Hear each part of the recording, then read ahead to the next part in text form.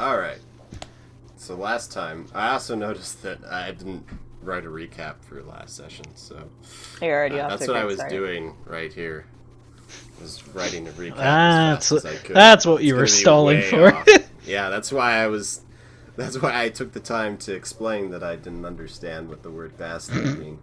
Anyway. You were just stalling. He was I was just stalling. He was I actually knew the whole time. He was gaslighting. I was us. gaslighting you. No, because that means Brigham gaslit me into mansplaining. No. I don't know. Does it count if I pretended not to know what it means? I mean, I still... It doesn't... Yes. Okay. Yeah. Yes. Anyways, so I might need some help with the recap because it might be terrible. So, we met... We just pause now, go back, watch the whole thing all over again.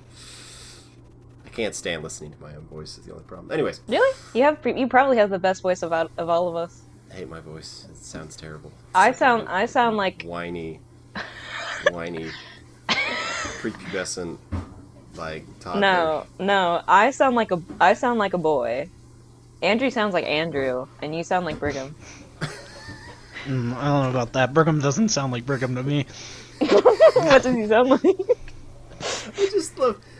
I sound like a boy. Andrew sounds like Andrew. You smoothed it over with Brigham sounds like Brigham. That way it's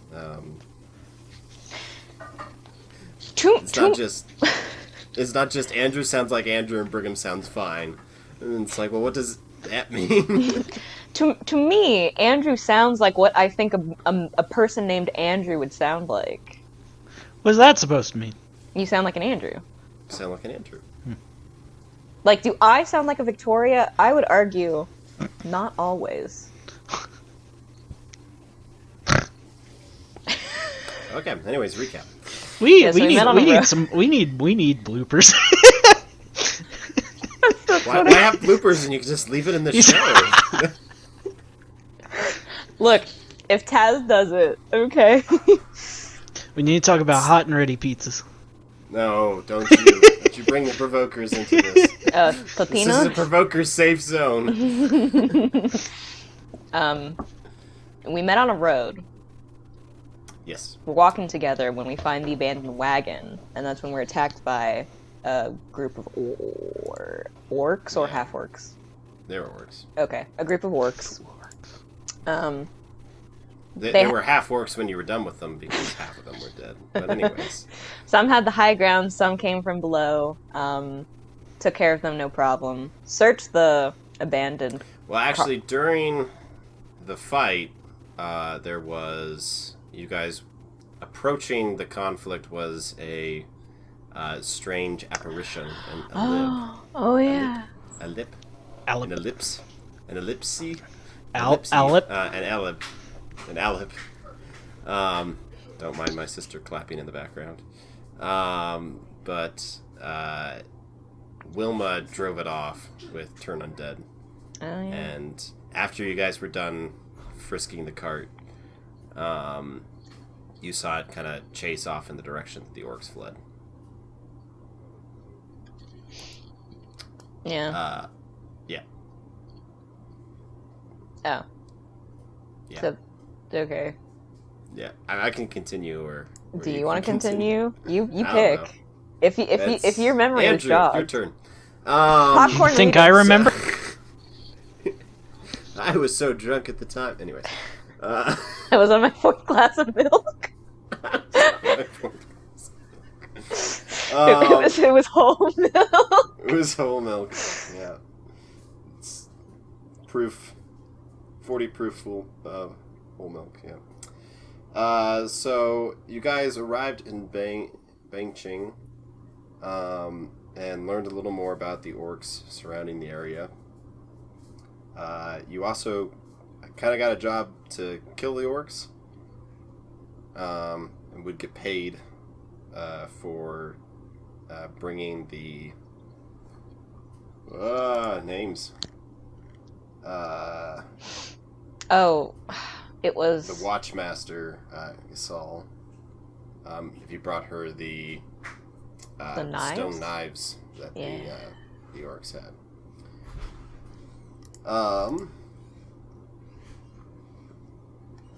After kind of discussing a couple things, and we're told if you were interested in helping out besides just killing orcs, you could investigate Crumblegate Tower, which had some orcs were encamped around it aside from the sort of main encampment. Wilma went to bed early, and Refet went to party at the local tavern. Woo. You can tell that she's a party hard kind of gal because she didn't get absolutely drunk. It was a really subdued party. You know, the bard was missing a string. People didn't know how to play cards. Mm-hmm. And I think that's where we ended, pretty much. Yeah. Mm-hmm. So, the next day, with Wilma waking up early and spending some time by herself, and then Rafet waking up later, was there anything you wanted to accomplish in town before you went after Crumblegate?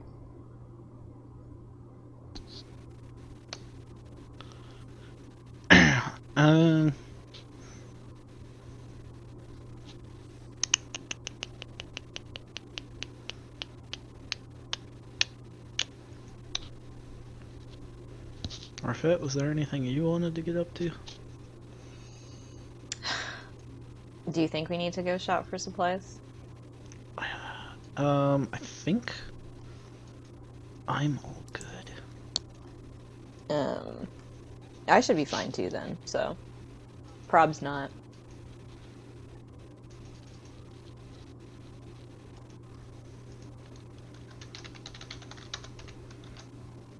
I'm just realizing, sorry, I'm looking over my notes for the town, and I believe I said that the tavern's name is Viscous Drink. Mm-hmm. That sounds I'm right, pretty yeah. sure I spelt it as vicious. The vicious drink. This is why you need an editor, Brigham. My goodness. It's great. It's wonderful. It's wonderful. I'm just gonna leave it like that because I'm still pretty sure that might be viscous. Could be. It's viscous now. I'm pretty certain it's not at this point, but it's viscous now. yeah. So yeah, as you guys leave Twilight's Embrace, the inn you were staying at, you kind of walk through the center of town where there's that tower that you saw from a distance, and then continue to leave out the east side of the town.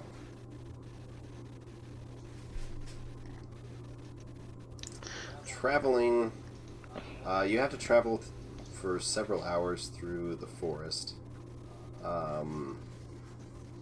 You were kind of given general directions, but also whenever the canopy breaks, you can see in the distance the sort of black sliver on the horizon that you were told is Crumble Gate. Upon seeing that, Wilma will kind of give Rafet a pat on the back and say, well, Rafet, are you ready to go? Rafet will turn her head towards Wilma and just take out her great sword and kind of swing it behind her back and respond with, Hey, doggy. I believe so. You know what I'm talking about, doggy? Yep, there's my sister in the background talking to my dog. It's great stuff. Hey, Brianna. When Wilma patted you on the back, she actually would use her Vigilant Blessing, and literally until I use the feature again, or until you use it, you will have advantage on your next initiative roll. And so that'll always be up on one of the two of us, but I'm going to give it to you. And with that, Wilma will kind of heft her shield and battle axe, kind of cracking her neck a bit, making sure she is both mentally and physically prepared. We should probably start with some stealthing first. Make sure we get an understanding of what we're getting into before we go full in. I agree.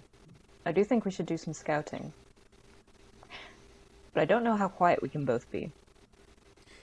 Clunk, clunk, clunk, clunk, clunk. If you need help with that, even if we're not quiet, if you can be quiet enough, and as long as we can stay to the shadows, I can make sure we do well enough.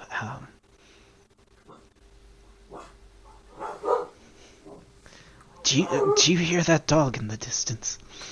I know. I think it's been following us. Do you have any rations out? No, it sounds grumpy though. Oh no. The grumpy dog has been sent to her room. Not her room. Yep, of all things, the room. And clap. No, we're not clapping. It's the last thing I need is more claps on the. Do we have trees around us, or are we like in an open area? So you're headed into forest. Okay. They are the leafless. Right. I keep forgetting we're not under evergreen Dead trees. No, you're not in evergreens. And as you make your way through the forest, you can see footprints occasionally of what you suspect would probably be the orcs.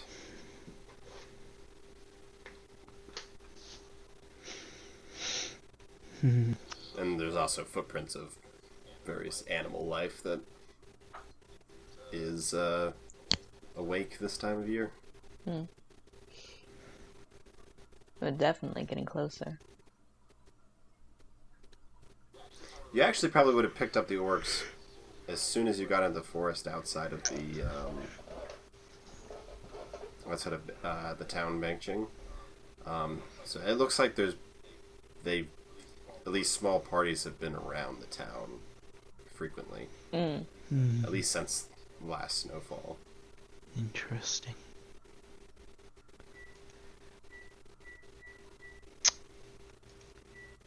Beep.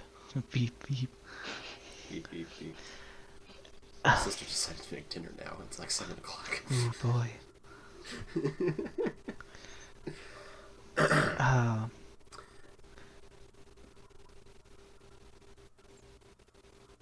I've got nothing to say. Continue. Okay. Alright, so continuing on, you eventually the tree line would break, and you would come to the clearing around Crumblegate. Crumblegate is a stalwart black stone tower that stands very starkly against the horizon. You have a lot of white and sort of lighter colors. You can see gray mountains in the distance, but you just sort of have this black spire. You suspect it was called Crumble Gate because of the fair amount of damage that is on the top of the tower specifically. It looks like it's taken quite a beating. The tower lacks windows or any other entryways besides what looks like a door that is near its base. And also around the tower, sort of poking out from the snow, you can see piles of bones that kind of surround it. A little ways off to one side from the tower appears to be the orc encampment.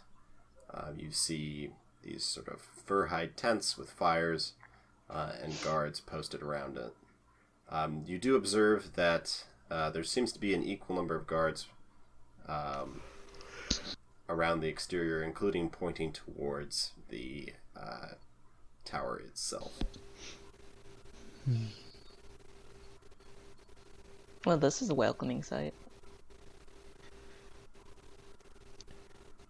How big would we estimate this camp is? So the camp, you're thinking there might be maybe 40 orcs. Oh, that's not as bad as I thought. And there seems to be a bit of a worn path that goes between the camp and the tower. You can see the snow has kind of been parted, and there's a bit of green from where the grass is underneath. What exactly are we doing here again? Like, what were our goals? I know we were supposed to get any daggers from the orcs. Yeah. The other thing you were told was to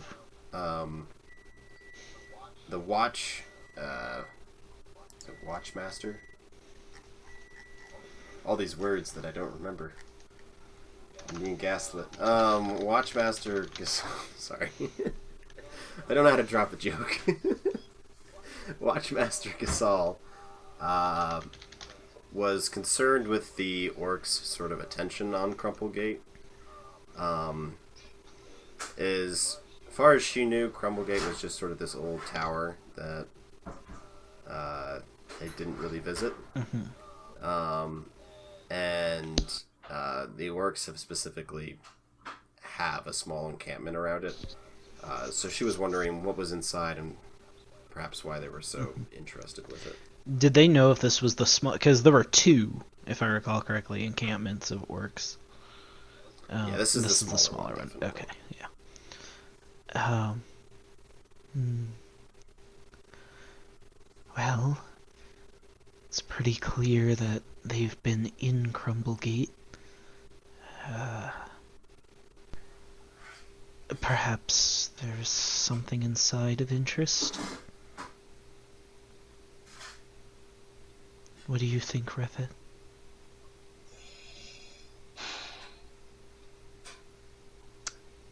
Obviously, there has to be something here.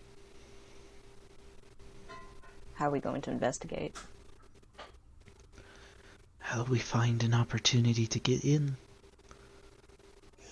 It doesn't look like there's any guards posted around the tower, though there are guards in the encampment that seem to be looking at the tower. Just the sounds of cooking in the background. Ambiance, you know. It's okay. Orcs have to eat too. Orcs have to eat too. That's true. Exactly. We hear orcs cooking in the camp. We got stir fry on tonight. With a little bit of Caesar salad. So. And lemon cake.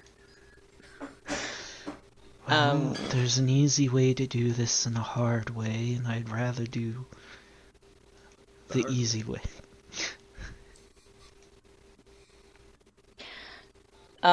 Wait. The orc guards are facing the tower. They're facing the spire. Are they facing specifically the part of the spire that has the entrance? More of just generally in that location. Okay. It's kind of hard to see at this distance, but Fair. yeah, they seem to be facing the tower like something might come from it, or who knows what.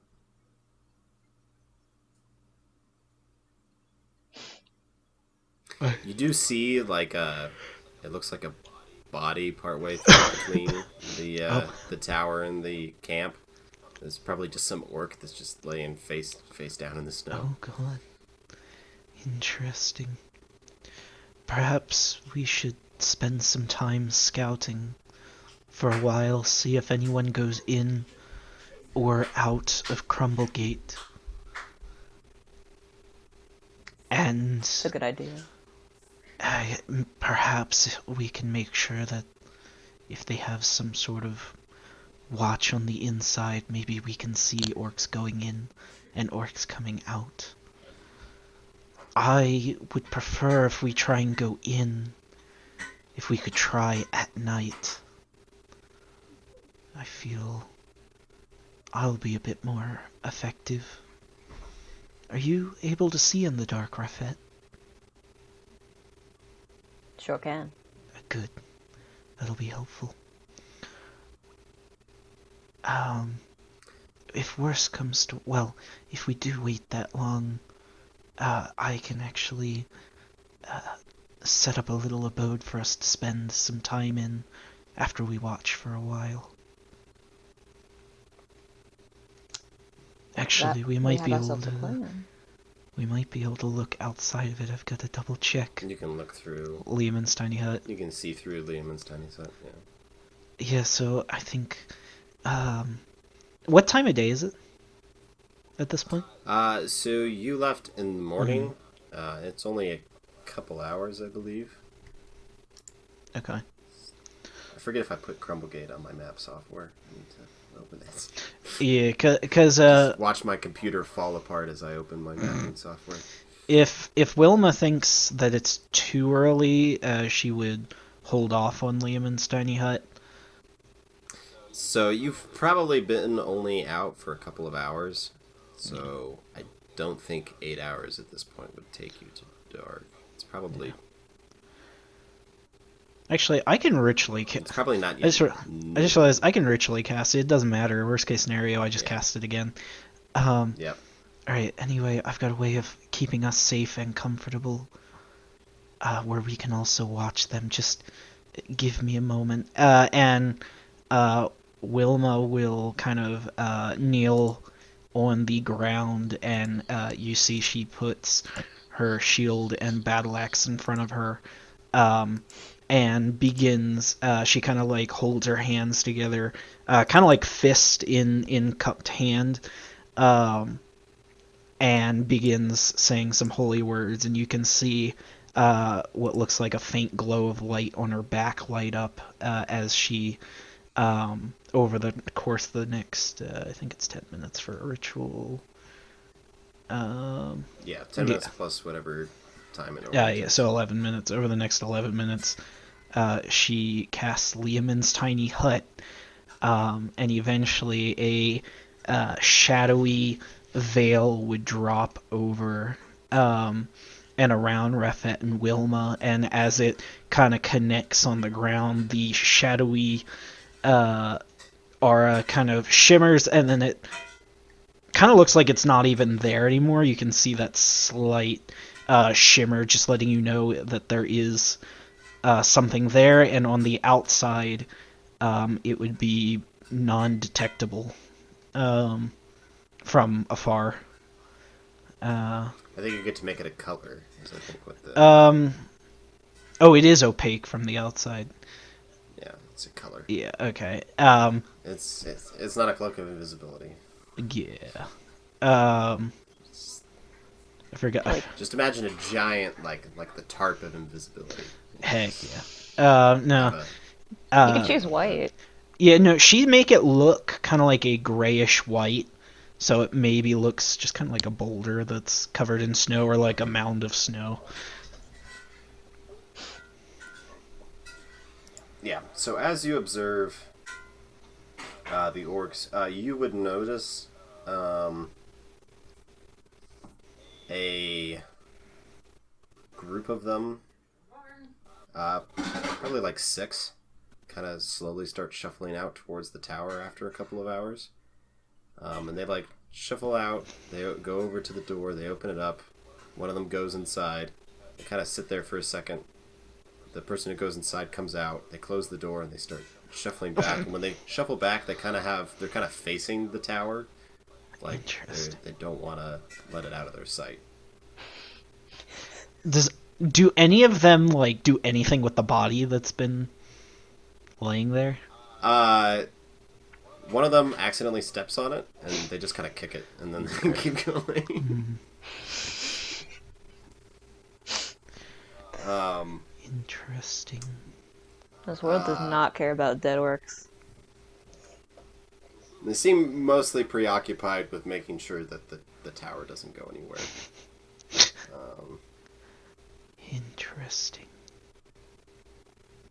It's a mortal engine. I figured it out. Oh my goodness. I did it. It just... You see wheels appear underneath of it, and it just comes squeak, squeak, squeak, squeak, squeak over to you.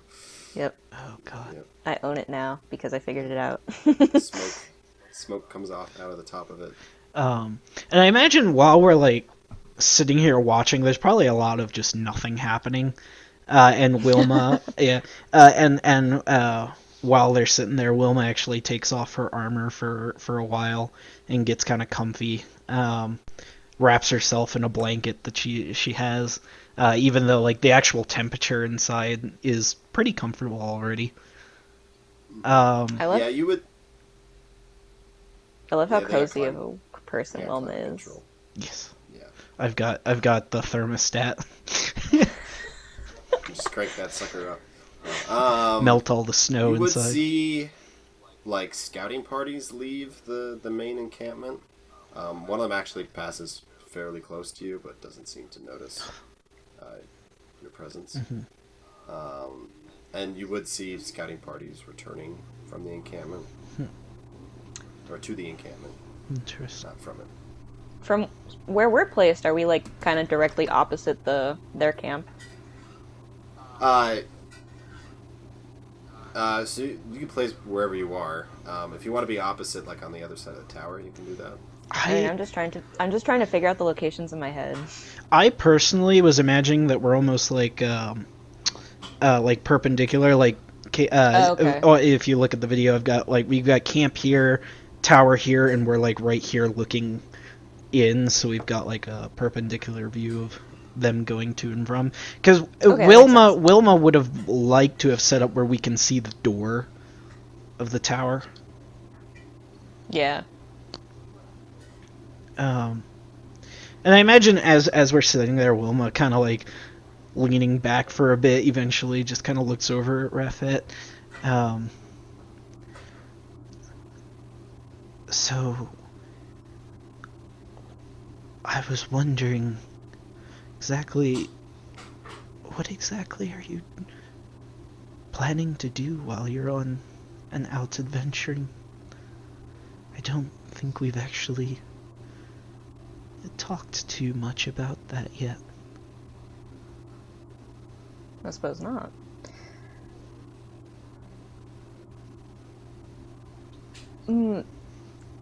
So the whole time Wilma and Rafet have been sitting within the little hut, Rafet has kind of like not changed anything. Like she hasn't taken off any of her armor. She probably just like took a seat and like planted her sword into the ground and has just been kind of like sitting like that. And so she finds the sudden question interesting, and she doesn't really know if she's prepared to answer. I think I'm out here. 1, for money. 2, because I'm in search of something. What about yourself? Well, as you should know by now, I followed Nibirius, the Midnight Sun. I am actually his champion, I suppose. My goal is to spread his name, his belief, and hope that others can see that there is good even in the dark. I know across a lot of this land there are evils and monsters out wherever you go, especially coming out at night. But there is also peace, calm. If you've ever been outside in the woods in the middle of a clear night sky, it's quite nice. And that also involves getting rid of some of the baddies in the dark, I suppose.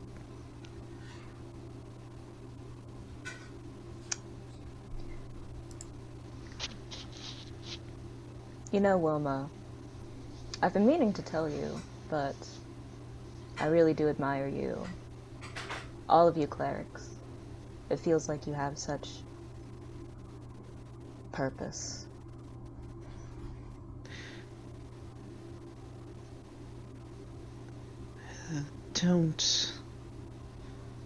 Well, I appreciate the admiration, just be careful who you admire. Make sure you don't put anyone too high up on a pedestal. Everyone has their own reasons for doing things. And I have my purpose, but it's nothing truly grand, I suppose. I don't know about that. Being a champion sounds pretty grand. Are all of you clerics champions? As far as I'm aware, not really. Typically, champions are chosen when a god needs something done. And being one of them has its benefits, but it's not all glory. You are expected to do a lot as a champion.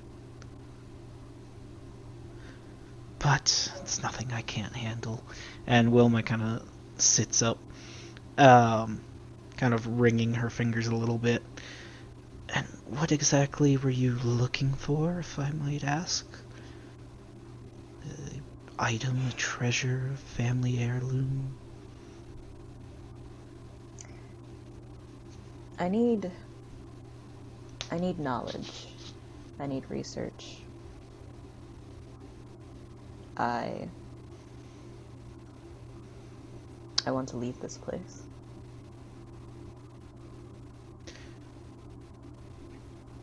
What do you mean by this place? Do you mean the city, the area?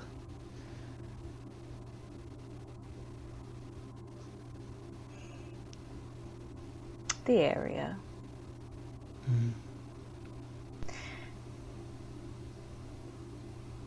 Have you seemed to notice, Wilma, that we're in hell? Everywhere around us is just horrendous.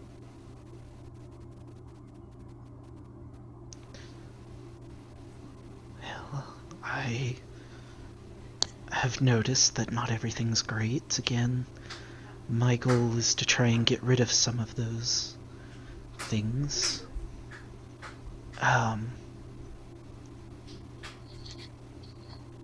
But you have your point. I don't know where you can go right now that will totally eliminate all of those things, but maybe if you stick with me, I can help you. I can help get rid of some of the monsters that make this place, as you called it, a hell. But we'll see. I am doing what I can bit by bit. Kind of throughout the whole conversation, Roughback hasn't.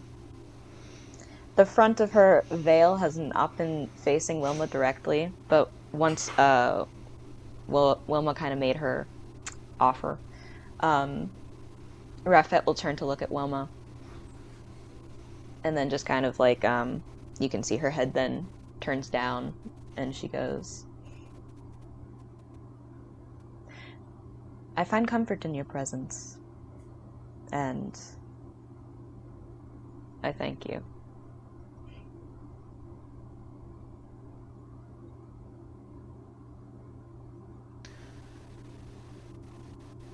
And with that, Wilma kind of like leans back, kind of like resting herself against the armor. She kind of puts her hands behind her head as she continues to watch ahead at the orc camp in Crumble Tower.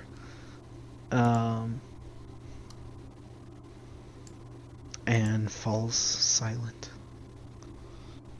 Yeah, and as time goes on, as noon passes and the afternoon begins, you see another one of those little groups go out and open the door of Crumble Gate and then leave. Crumblegate. Same guy steps on the orc body again and kicks it. Jesus.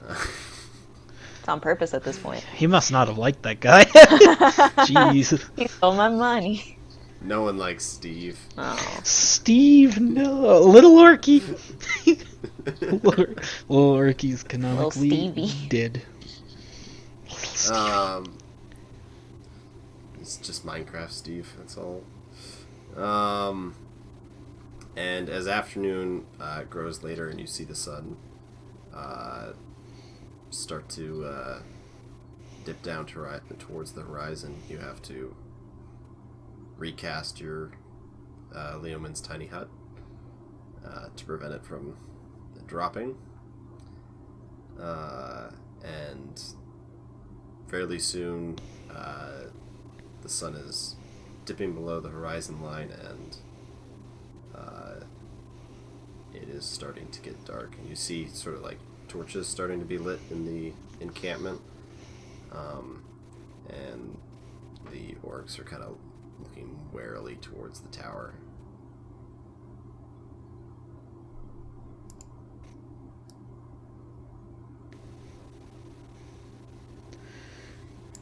So, light is about to die from the sky.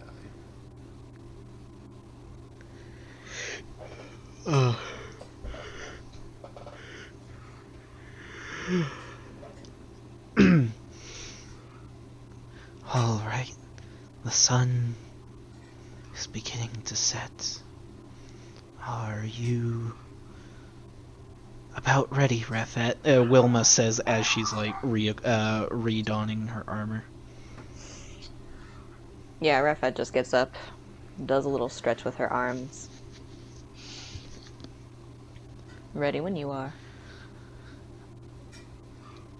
Remember, let's be as quiet as we can.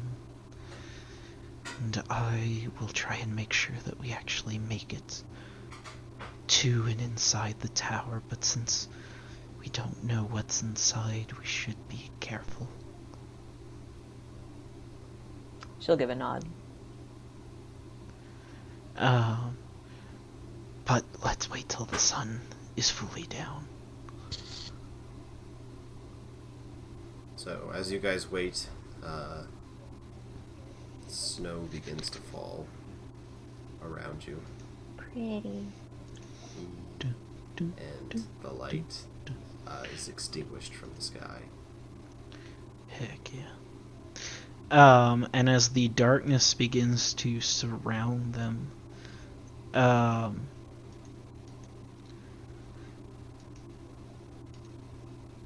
Wilma will step out of the tiny hut and motion for Rafet to follow.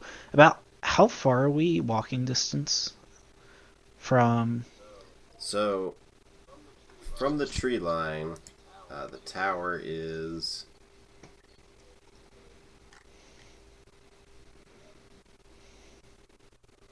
probably close to 200 feet. Okay. from the tree line. As they begin walking out of the tree line, shadows will begin to kind of creep up. First, Wilma's armor starting at her feet, as her shadow kind of, it looks like it almost recedes into her, as she uses Umbraturgy to conceal herself in dim light or darkness, giving her an advantage on Dex stealth checks for the next minute. And I can have 2 of those effects active at a time from Umbraturgy. So as the shadow is starting to creep up her, Rafet would probably notice as her shadow begins to recede, and a shadowy veil begins to cover her as well, making them harder to discern from the darkness. Alright, quick now. We'll be harder to see for a little bit. We just need to get to the door and get inside. Alright. We'll begin booking. Book it. Look. I believe. So I believe all that does is just give us a neutral stealth roll. it does. Because we both have disadvantage. yeah, I'll have you both roll stealth checks. Oh. That is a flat 16. Surely you also did well, correct? I got a 4. Woo. So as you're moving out towards the tower, you see some of the orcs along the encampment seem to notice you. Do any of you speak? I think it's Nash, Grumble Tongue? No, because none of us, I don't think any of us understood the orcs from the last encounter. So you hear them kind of call something out. So you run a little bit faster. Oh, God. Clink, clink, clink, clink, clink, clink, Right. clink. At the very least, Rafet, they don't seem to like the tower. Let us get inside, and that's a more defensible position. and Wilma just like starts do do do do do do do. Yeah, as you start sort of moving around the exterior of the tower, you begin to notice something happening around its base. All those bones that were kind of piled around it begin to twitch. And slowly these figures kind of obstruct themselves or pull themselves out of these piles, and you see these skeletal figures kind of coming out around the tower. These guys probably killed Steve. Oh, great. So is there anything you'd like to do as they start to make themselves known? Rafet will just kind of like quickly like make a motion to Wilma and be like, "Can't you do something about these?" I can stay close. Keep going for the door. If we can get as many of us around us as possible, we'll be fine. All right. Yeah, how much further can we go before, like, being unable to get to the door? So you could probably get within 30 feet of the door before you are blocked by these snow-covered skeletal figures. How many? And how many are within... need to open up the base player's handbook. I think it's Turn undead. No. I think it's within 30 feet for turn undead. Actually, is it destroy undead? Oh yeah, I've got the destroy undead as well, so that's useful. Where is? Okay, yeah. So, how many How long does it take for having how many of what is currently up to kind of get within 30 feet? There's probably about 10 of them around you at this point. And how many in total does it look like there are? They keep coming. What is that supposed to mean? They keep coming. Probably in your field of view. You only have dark vision, though, right? I've got so it's just sort of 300-foot dark vision. Yeah.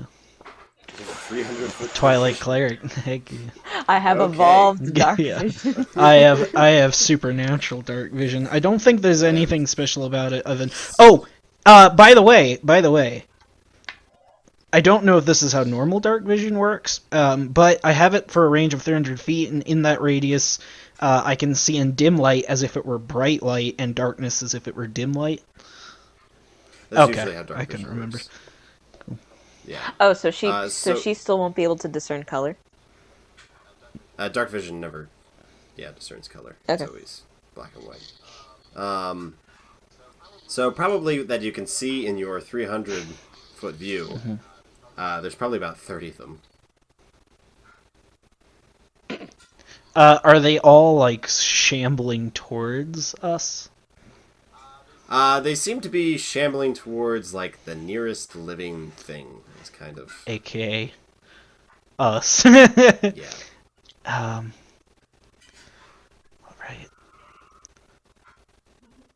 Rafet, I'm wondering what would happen if we took these into the orc camp.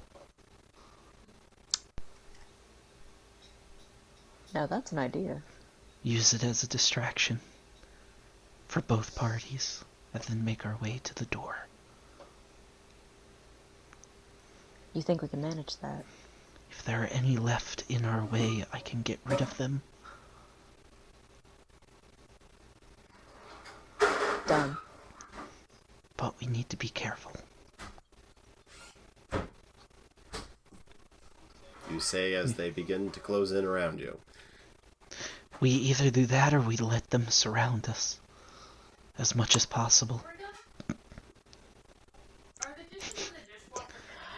No idea. What do you know about the dishes, Rafet? They should be. I know, to keep them secret and to keep them safe.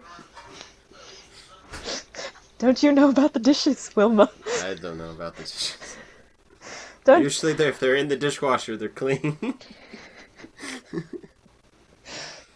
It's just extra storage. Yeah. It's mean I ran it and never took them out. Anyways. So. You've got Skilla boys coming at you. So how does jumping work? What do you mean, how does jumping work?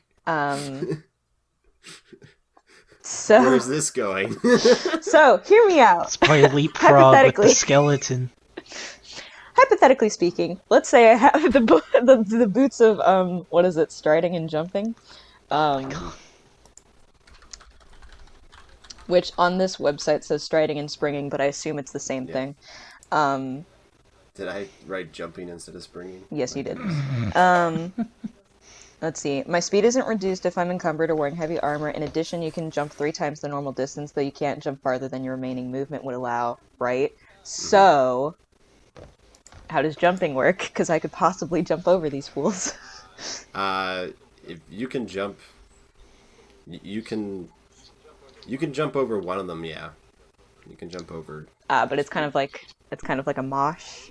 They're coming for you, so you're kind of getting. The mob is coming, kind of. If the mob is coming, now would be a time to jump, unless someone has something else they want to do. No, if you want to make a break for the door, I can get rid of the undead. I just need them to surround me. Alright. Then Rafet will try and jump for the door. And probably land on a skelly. Alright, just give me an athletics check as you try to evade Skelly boys.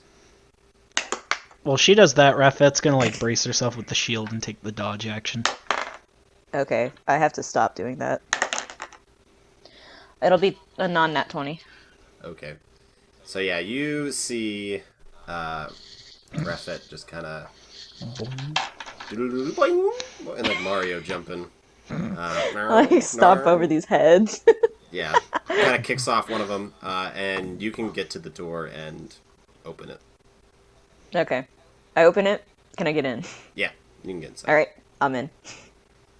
Yeah, you can see a sort of a torch burning in the center of the room. Alright, Rafette, you are getting mobbed.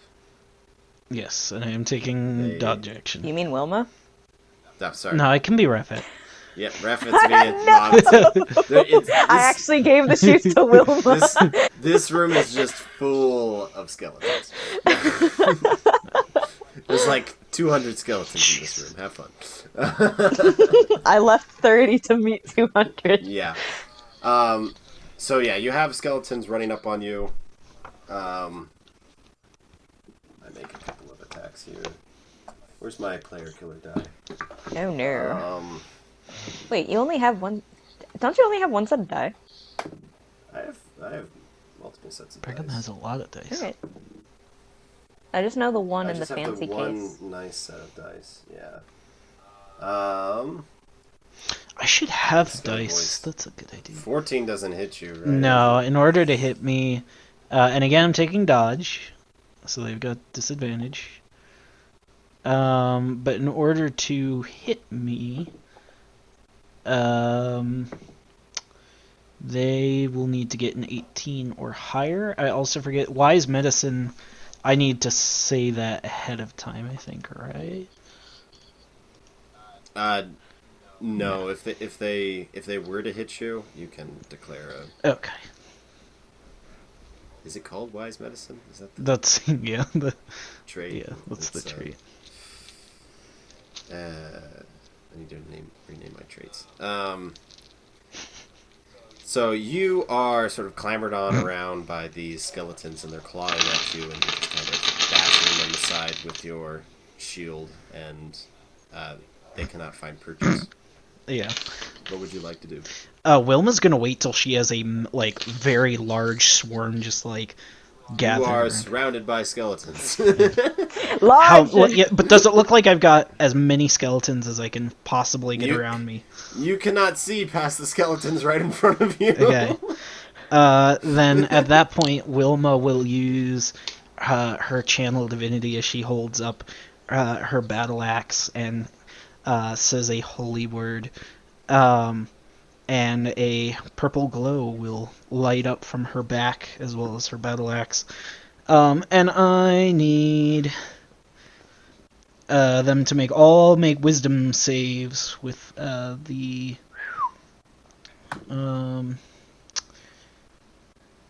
DC 15. Alright, and you have Destroy Undead, right? I do, so anything that is half a CR or lower will get just turned to dust. Yeah, so as you raise your battle axe, and there's sort of this silvery moonlight shine that erupts from you, a bunch of the skeletons around you just vaporize. They get turned to ash. Heck. And a bunch more of them... Not a bunch more, sorry. There's a few of them that are still left. Sorry, a bunch more of them are still left. There's a few of them that are still left. They seem way too dumb to be deterred by this. Yeah. But you can make your way through the door now that you've just essentially done a moonlight nuke. Yeah, heck yeah. Yeah. You hear clapping from the orc.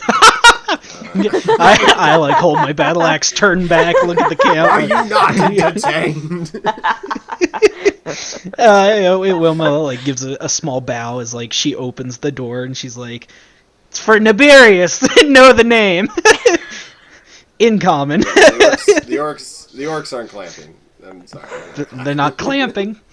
Dang. They're not clamping either. Oh, They're God. not clamping. They're not glamping. Cramping. Glomping. I cast cramp on all of the orcs. Ah! That would be such a femur. that would be such a nasty spell. Anyway, Oh, yeah. Wilma like yanks the door open and slams it behind her. Okay. So, you are, for the most part, in the dark. I do have 300-foot dark vision. Yeah, I know. Shut up. just in case you forgot. Shut up! There's one torch in the center, right? Yes, there is a burning torch in the center that appears to be above, like a stone table that is built into the ground. And approaching it, or getting a little bit closer, you can see what looks like a lock that's in the center of the table. Looking around the room, you see the walls kind of, wall, it's a giant circle. I guess it's just one wall, not walls. Okay. But the wall kind of reflects light, like there are a bunch of notches in it. And in certain sections, it reflects light in a glistening way. And sort of getting closer, the wall is made out of essentially counter reliefs with keys. So like key casts, key molds. Oh, okay. You could put a key, like lay a key into it essentially. And you see sections of these are stained with blood, like someone was pouring blood into the keys. And Ew. in many of these sections, the blood is kind of dripped out and is sort of dripping down the wall and making little puddles on the floor around.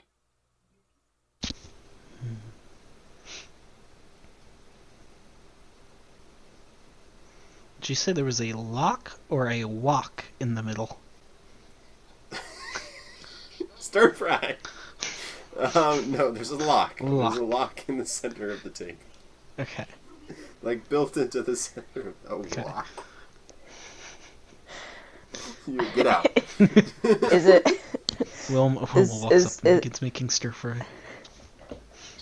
That's the trick. That's how you beat the puzzle. The orcs don't know how to make stir fry, which is what scares them. We can actually befriend the orcs if we just make them stir fry. It's the whole point of this. And is there a staircase to go up? You don't see one. But the ceiling looks like it's definitely low.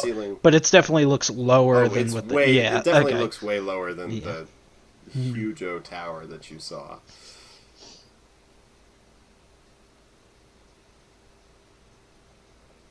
I mean, Rafet wants to go to the table where the lock is. Yeah, you can go over there. He Appears goes to over be there. a very simple stone table. It doesn't have like legs. It's just like a block. Yeah, it's just a block. It's a Minecraft stone block. Smooth stone is a regular It's stone. a 2x2 Lego stone block. That has this lock set into it, and the torch looks like it was artificially, like not recently set up here.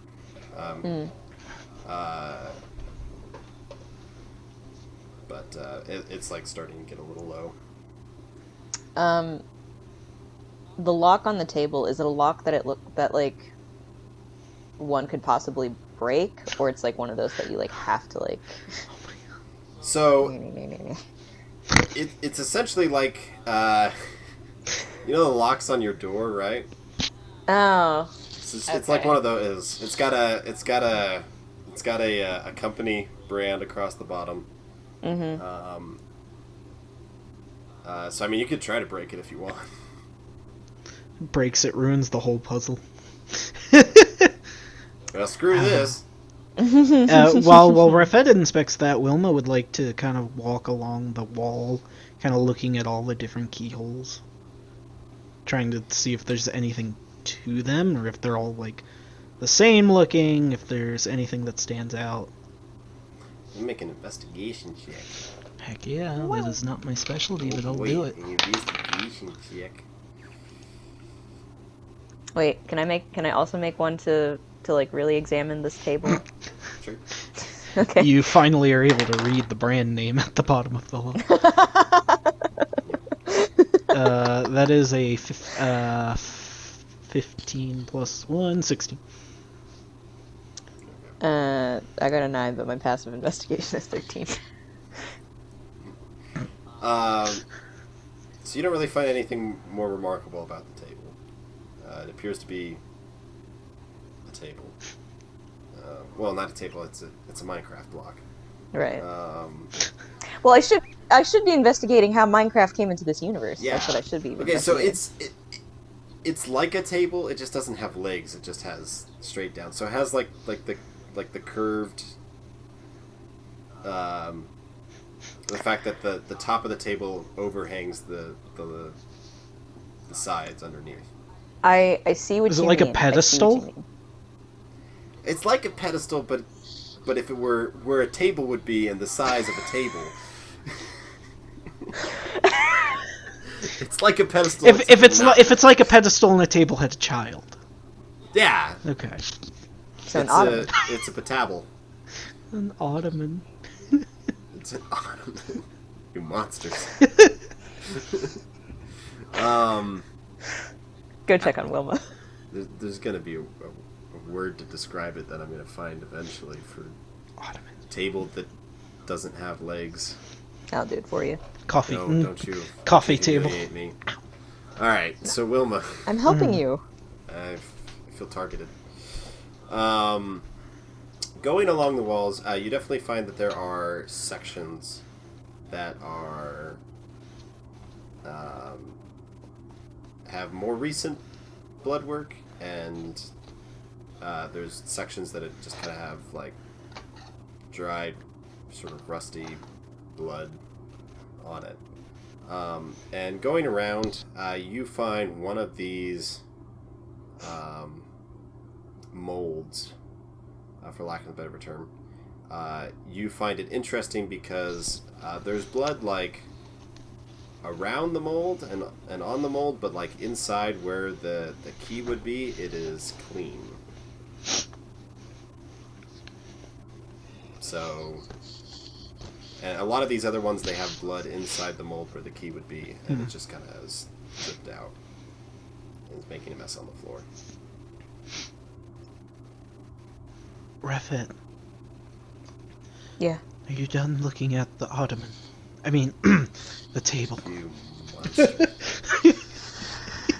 Skeletons open the door and say, knock, knock, guess who? We done with your crap. Yeah. Just looks like a table. Nothing about the lock. Yeah, I didn't study locks. That's fair, neither have I. But check this out. Do you have any ideas about what this could mean? And Wilma kind of like just gently runs her finger along the keyhole, or the key mold that is clean on the inside.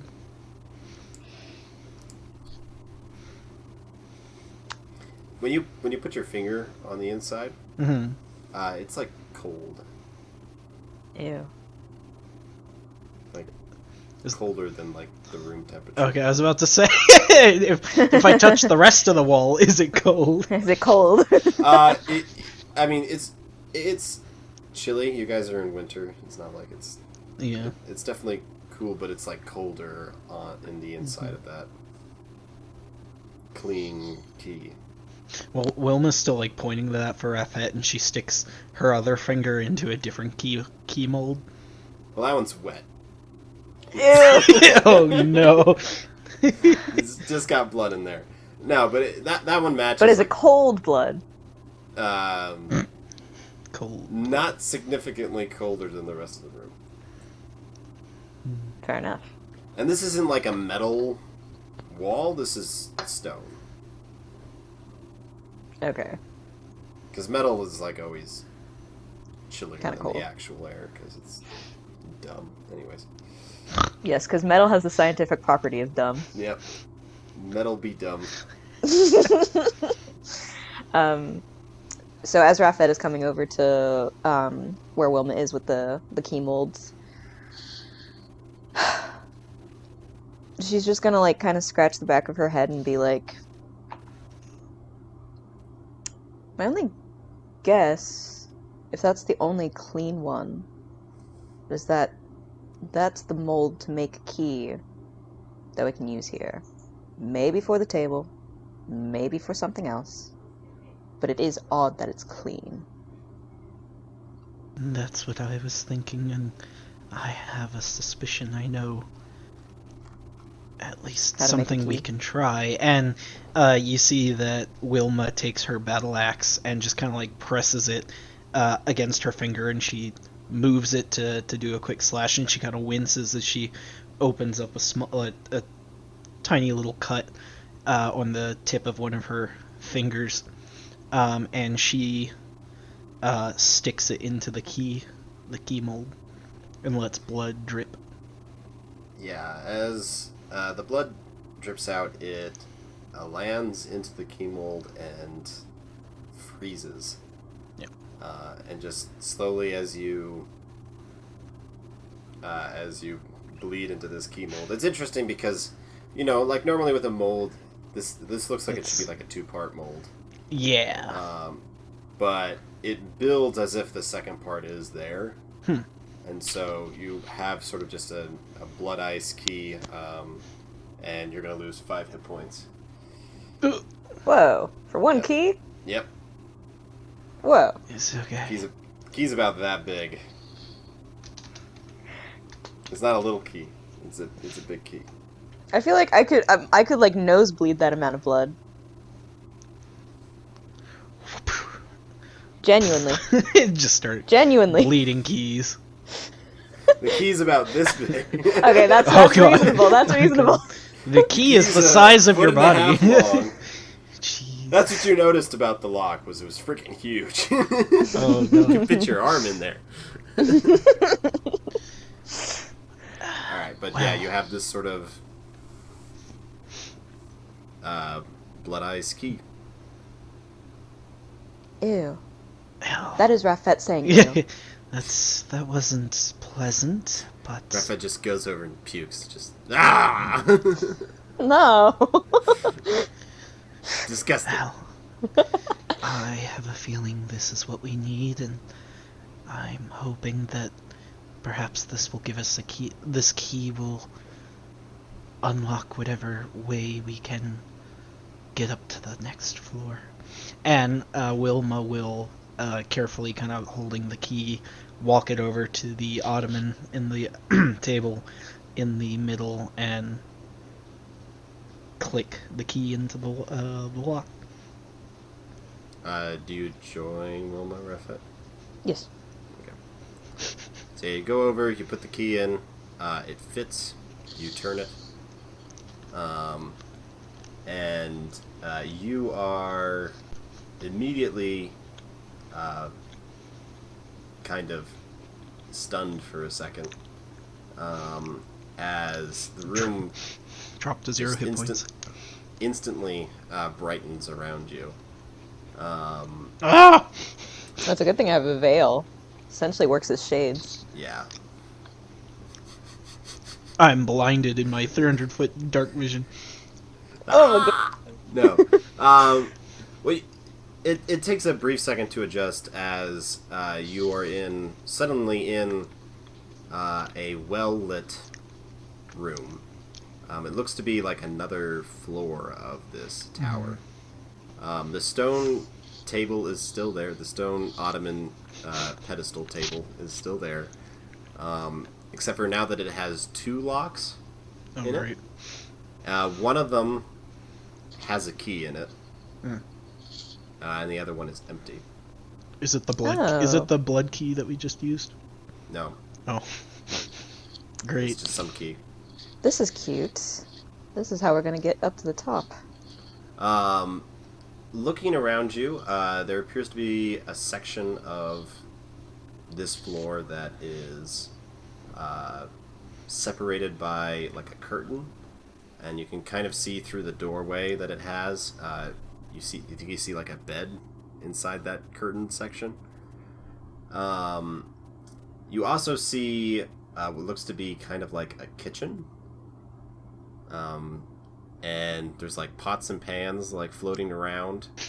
And we have to find the walk. Floating around? There's You no just- walks here. You just say They're just kind the of floating. You see there appears to be food kind of prepared in one section. You see like a pantry. And then the last sort of section of the floor is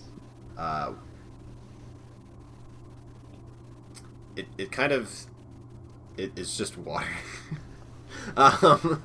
So the floor gives way to water. It's like an aquarium, but the top of the water is at floor level. And you see, like, partway to the wall, there's like a little island, and there appears to be like a little chest on the island that's kind of open, and you see kind of things sparkling out of it. How big is this room? This room, it's freaking huge. No, the diameter of the room It's got a whole island. is about 180 feet, I think. Yeah, that's kind of. Oh dang, that's pretty. Isn't that kind of big? That's pretty kinda big. Yeah. Hmm. Also, I It's a like big how tower. he went from table that's not table to aquarium that's not pool. Oh, yeah, I guess it is kind of a pool. It's kind of a pool. It is kind of a pool. It's It's an aquarium. It's an aquarium. it's a ground level pool. It's a ground level aquarium. Well, I say aquarium because you can see Fishies. fishies and things kind of like occasionally. Like Do we break see the a surface shark? and- You don't see any sharks. Dun, dun. Hmm. Dun dun dun dun dun dun dun dun dun dun. Anyways, sorry. Well, do you want the island or do you want the kitchen? This is a little less obvious. We already have one key. I don't know if we just need to find one other key.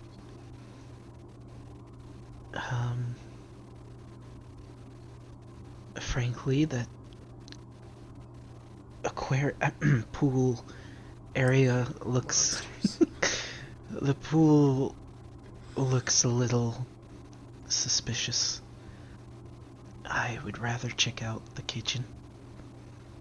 Alright. I'll take the pool.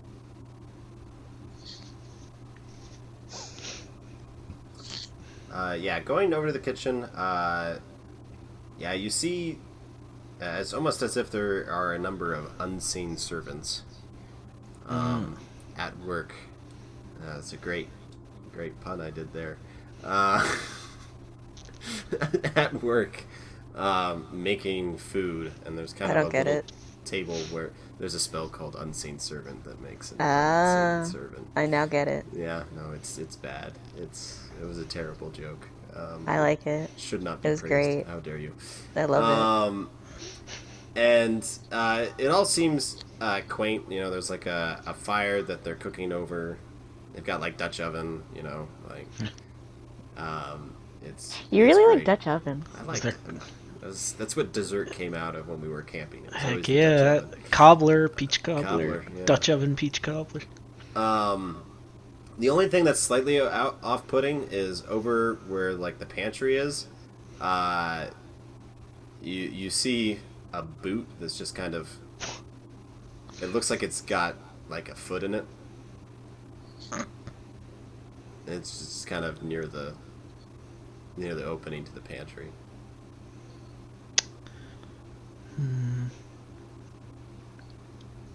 And Wilma will kind of like trying to down the unseen surface.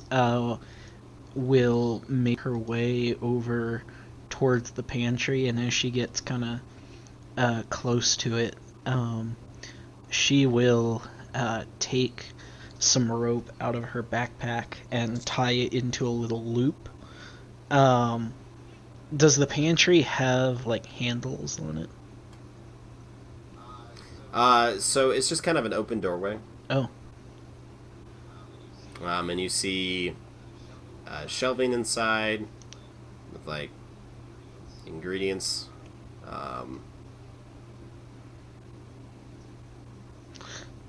Wilma will kind of throw the rope inside. The rope lands inside. And nothing comes down to murder it. Okay. Nope. Wilma will kind of start coiling her rope back up, put it back away. And begin shimmying towards the pantry, kind of keeping her eye out as much as possible. So you're going into the pantry? Yeah, she'll kind of like put one foot in, make sure nothing happens, and then if so long as she doesn't like get chopped to bits, she'll take another step in. Yeah, going inside the pantry, looking around, you see that one of the shelves is just like clear of ingredients, and there's just a key resting on it. That's so suspicious. God. This is when you wish you had Mage Hand.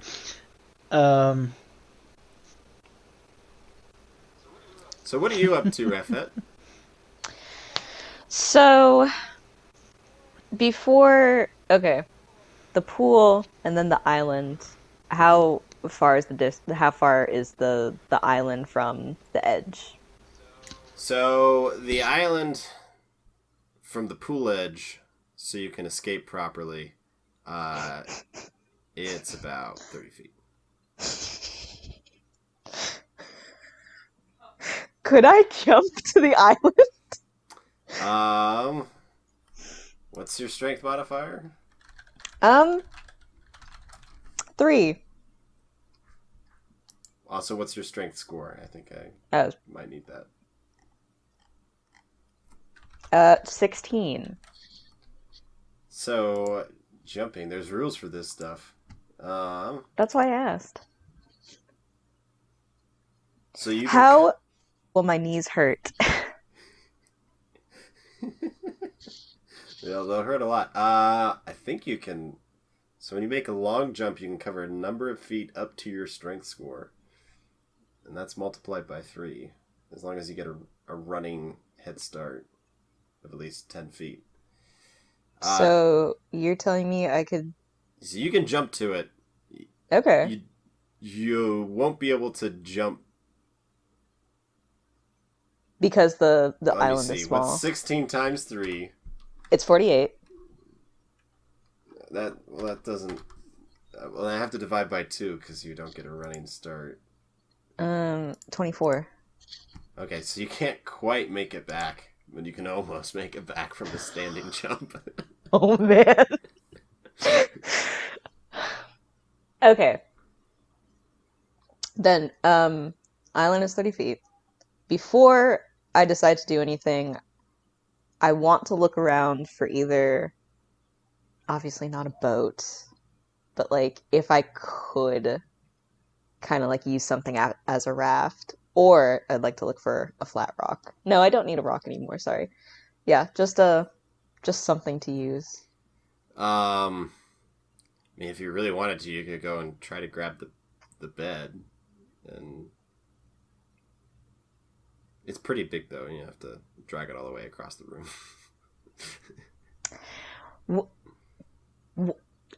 This is a Victoria question. Would a bed float? Would it not absorb the water and idea. sink? No idea. Okay. Well, we weren't going to do that anyway. There's not really anything great that you can immediately see around you that's like long wooden planks. Okay. I am going to take off my armor and leave them at the pool's edge. Okay. I'm going to leave... Oh, yeah, because I can do this. I'm going to leave all my weapons with my armor. Okay. And then I'm going to jump to the island. Okay. Wilma. I want you guys making bad decisions at the same time. It'll be fun.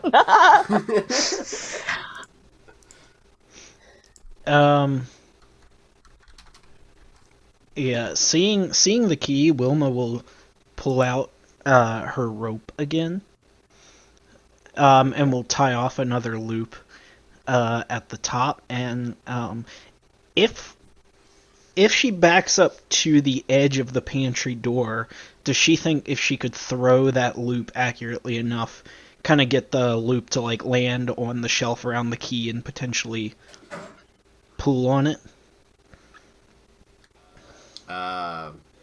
Maybe. I think I'd have you make a dexterity check if you want to be outside the room. Yeah, that's fine. Wilma will move outside the room, take that rope. And it's kind of like where you throw a rope and you're trying to she's trying to push the key off the shelf. She's not necessarily trying to lasso it and pull it. Cool. So just a straight dex check. Alright, well, that's my first nat 20. Plus 0. Okay, so you toss the rope. Mm-hmm. It lands kind of around the key, actually. Oh, perfect. And as you pull on it, Mm-hmm. it doesn't move. It's, the rope doesn't move. It's like someone super glued it to the shelf. So I can pull on the rope, but the part that touched the shelf will not move. Yeah. Okay, it's not like the rope in my hands. It's just not okay. No. No, it's the part Wilma would have panicked if that was how it was working. Yeah, and then you hear the sound of someone jumping 30 feet into sand. Fuck! Kind of the greatest long jump you didn't witness. Yeah. As it, You turn around and you see Rafet on the island out there. oh my god. I need to retcon a thing. Uh-oh. I need to take my warhammer with me. Okay. Okay, You can do that. thanks. So you see Rafet with her warhammer Oh, hanging out on the my island. god. If Wilma looked, what I is would wave with the warhammer. Wilma, a rope still in one hand, tugging gently. She just kind of gives an awkward okay, good luck.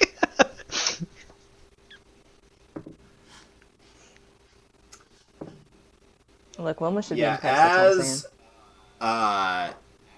as you see Wilma kind of look back and wave at you, you see something that's kind of tongue-like come out of the pantry, stick to Wilma's front, and just pull her inside the pantry. And we're gonna roll initiative. If Rafet looking at that goes from kind of because she did something super rad, so she kind of had yeah, I did something rad, that kind of smile on her face, and then witnessing that, just not sad or anything, but just dead stoic, Uh-oh. the kitchen. And it's all behind the veil. Dead stoic that we can't see. Oh no.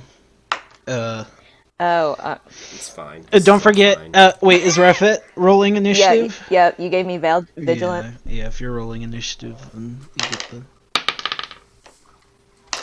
I remember. My dice are treating me well tonight, but it makes me real scared for actually trying to hit this thing. That's 15 for my initiative. Now, I will definitely be speaking way too soon, but Who would have thunk that the island was not immediately bad? The island, the tongue comes out of the sand, grabs you. Oh. Wilma, you're also going to take 7 points of bludgeoning damage as you're Oh no. hit by the tongue. Tongue lashing. Yeah, and you get a tongue lashing. Did you roll initiative? Yeah, Rafat got 16. Oh, okay. So, just to paint the picture for Wilma. Oh boy. You're hit by this sudden tongue-like object that immediately adheres to you, and you're pulled into the pantry, and you see the pantry, like the edges around the door begin sprouting like teeth, and the thing looks like it's just gonna go nom to town on you.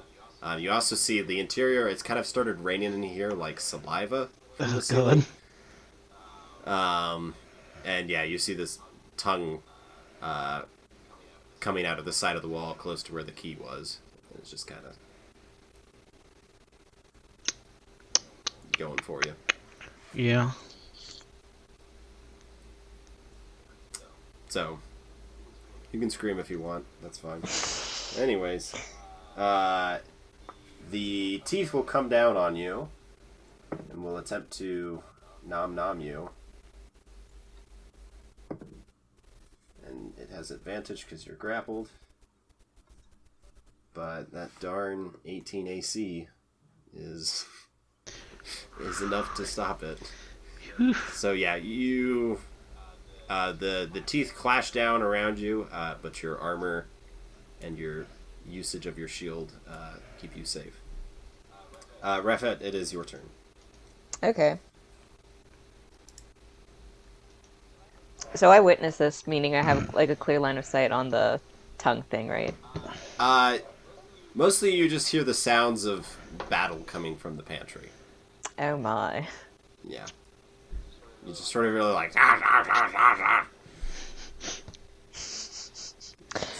Someone going to town eating their salad. Yeah.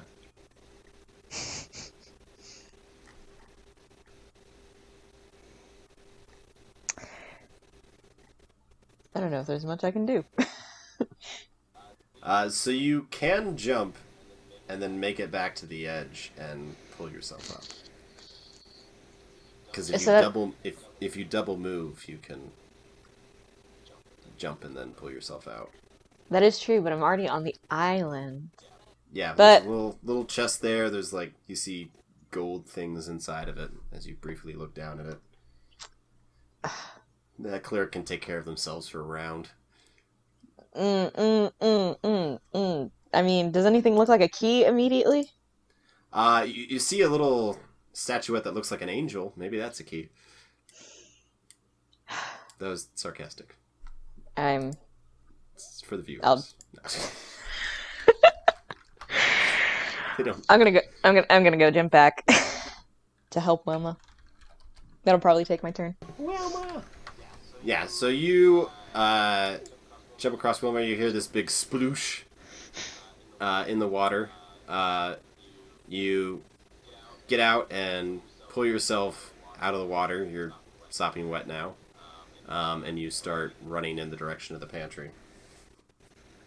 Wilma, it is your turn. As Wilma's like getting pulled in and teething down on her, she's relatively calm despite everything that's happening. She's like, yeah, she's just like, not again. It's almost like a not again kind of look, even though this has probably never happened to her. And she just kind of like wriggles her arm out and holds up her axe, and says, Nibarius, please don't let me get killed by a pantry. And her back and axe glow that purple light, and a bright beam of silvery light with purple swirls in it comes blasting down kind of through the walls and hits the pantry, and I am casting Moonbeam, which it needs to make a con save, and shape changers revert to original form and have disadvantage on save.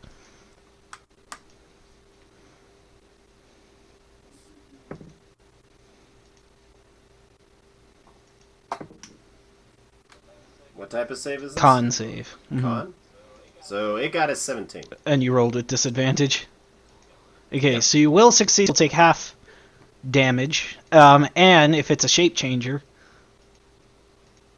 it reverts to its original form.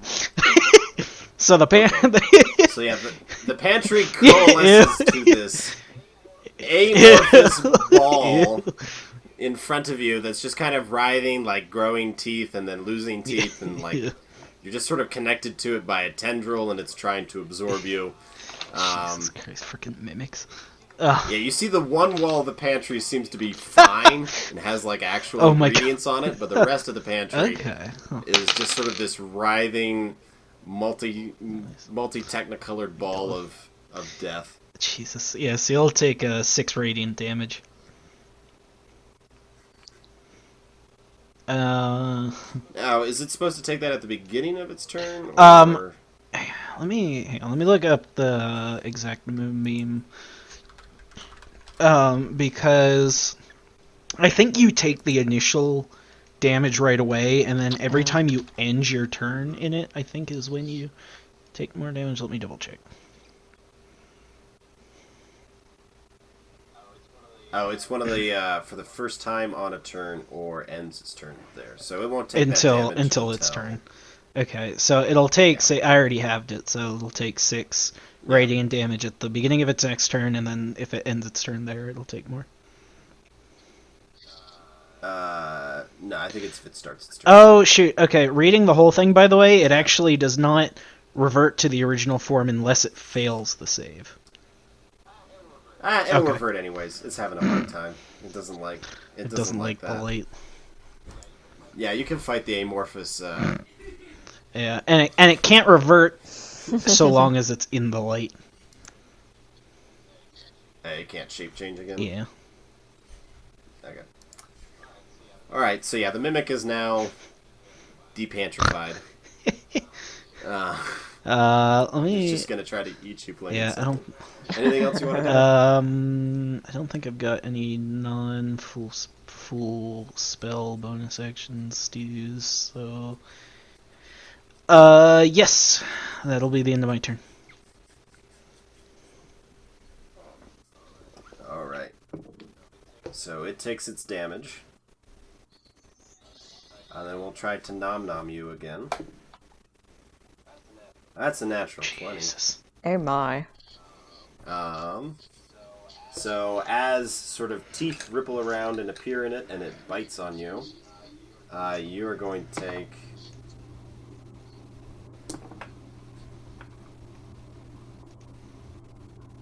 8 points of piercing damage. Okay. And 13 points of acid damage. Oh no. Sort of weird saliva just starts coalescing around you. Oh, Wilma looks very bad. Oh. She doesn't look panicked, but she looks like she's probably in some pain. Yeah, it's then going to start pushing you outside of the pantry, and it starts moving you towards that cooking fire with the Dutch oven. Oh no. Yeah, okay. Rafet, it is your turn. Okay. So essentially I've returned to the pool's edge? Yeah. Okay. Well, you're a little further along, but not too far. Gotcha. But, like, how far am I from Wilma in the pantry? You're probably about 40 feet. It's a mimic, not a pantry now. It's a pantry mimic. It's a pantry mimic. Just like how we had an ottoman table and a pool aquarium. My goodness, a pool aquarium. Mostly we're learning that I'm bad with words. No! You're amazing. That's why I keep using them. Great. But can I see the mimic? Oh yeah. Okay. It's currently pushing your friend towards the fire and that Dutch oven. You wonder what this food's made out of. No.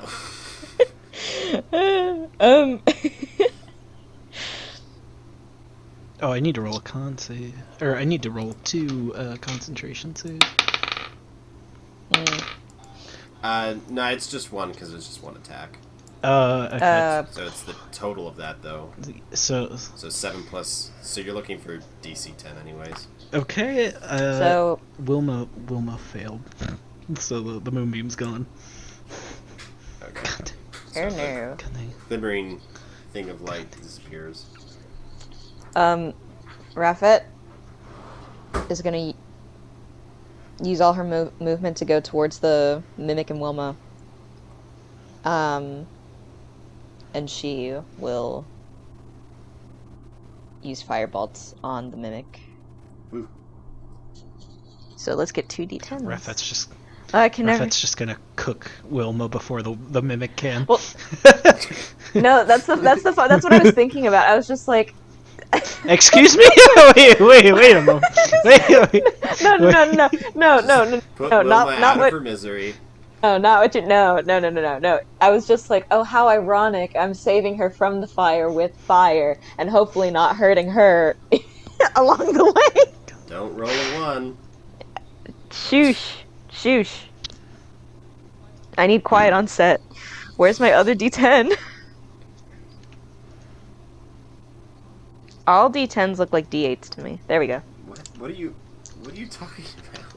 They all look the same. No. Yes. Did you roll to attack? No. Oh yeah. Thanks. Gosh darn the rules. I know. I forget the rules all the time. No one likes 5. them. I miss. The total's 5? Wait. You're Wait a adding your second. Spell attack modifier. Spell attack modifier. It's gonna be 11. Alright, that just barely misses. Okay. This thing's AC's 12. Gotcha. So 12. You just barely miss. So you shoot out Horrendous. a pair of these fire strikes. One of them gets stopped in midair by an unseen servant that just dies. You see a walk clatter to the ground. Henry, no. And the other one just sort of hits the wall and is fine. All right. Moving on, Wilma, it's your turn. Kind of like mumbling under her breath about Nabiri's gonna frickin' let your champion die to a pantry. God. And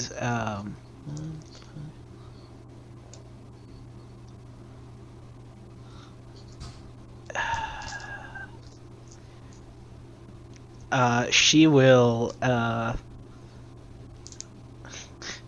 will reach down and pat some of the areas being affected by the acid and upcast Cure Wounds at the 3rd level.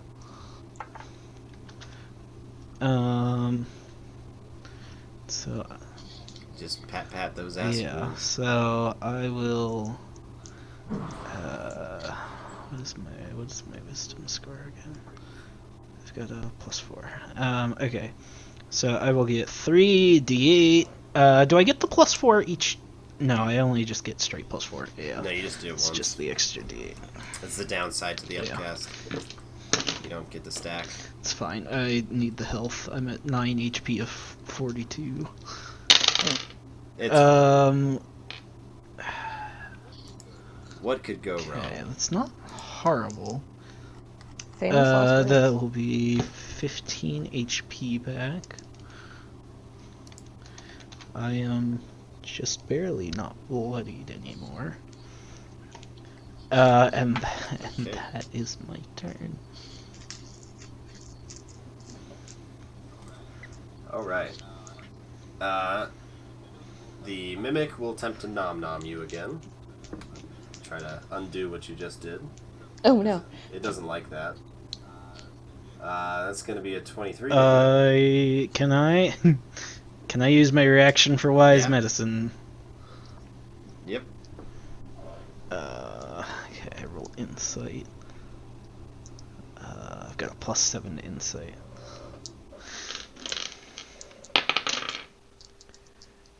That is a 25. What'd you roll again? 23. So Okay. yeah, you instinctually bring your shield up. God as dang it. Just sort of noms on that. Just sort of starts making teeth marks in your shield. It then pushes you into the No! fire, and you both take 1d4 fire damage. Do you have fire No! resistance? No! You take 3 points of fire damage. Oh my. It's banking on the fact that it has more health than you. Oh my. So yeah, you just see them waddle into the fire. And they waddle away. Yeah. Wow.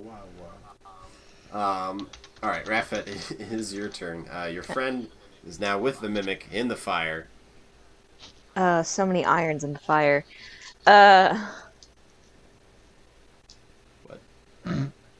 It's an expression. I don't know what it means, though. The Dutch oven got pushed out of the fire, and the little tri-stand that it was on got pushed over, and so you see some stew spilling on the floor.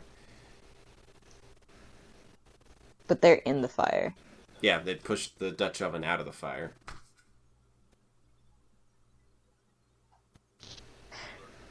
I broke your mind. I don't know what a Dutch oven is. So, a Dutch oven is just like a... It's just like a... It's kind of like a pot.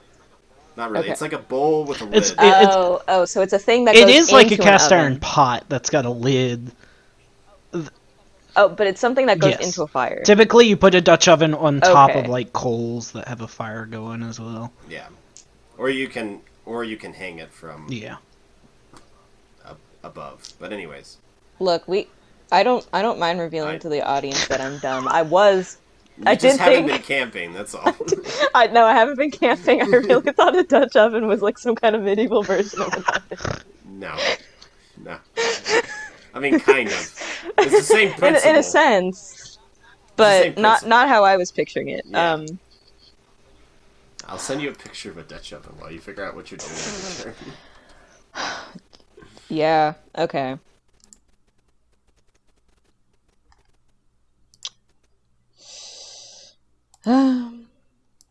Okay.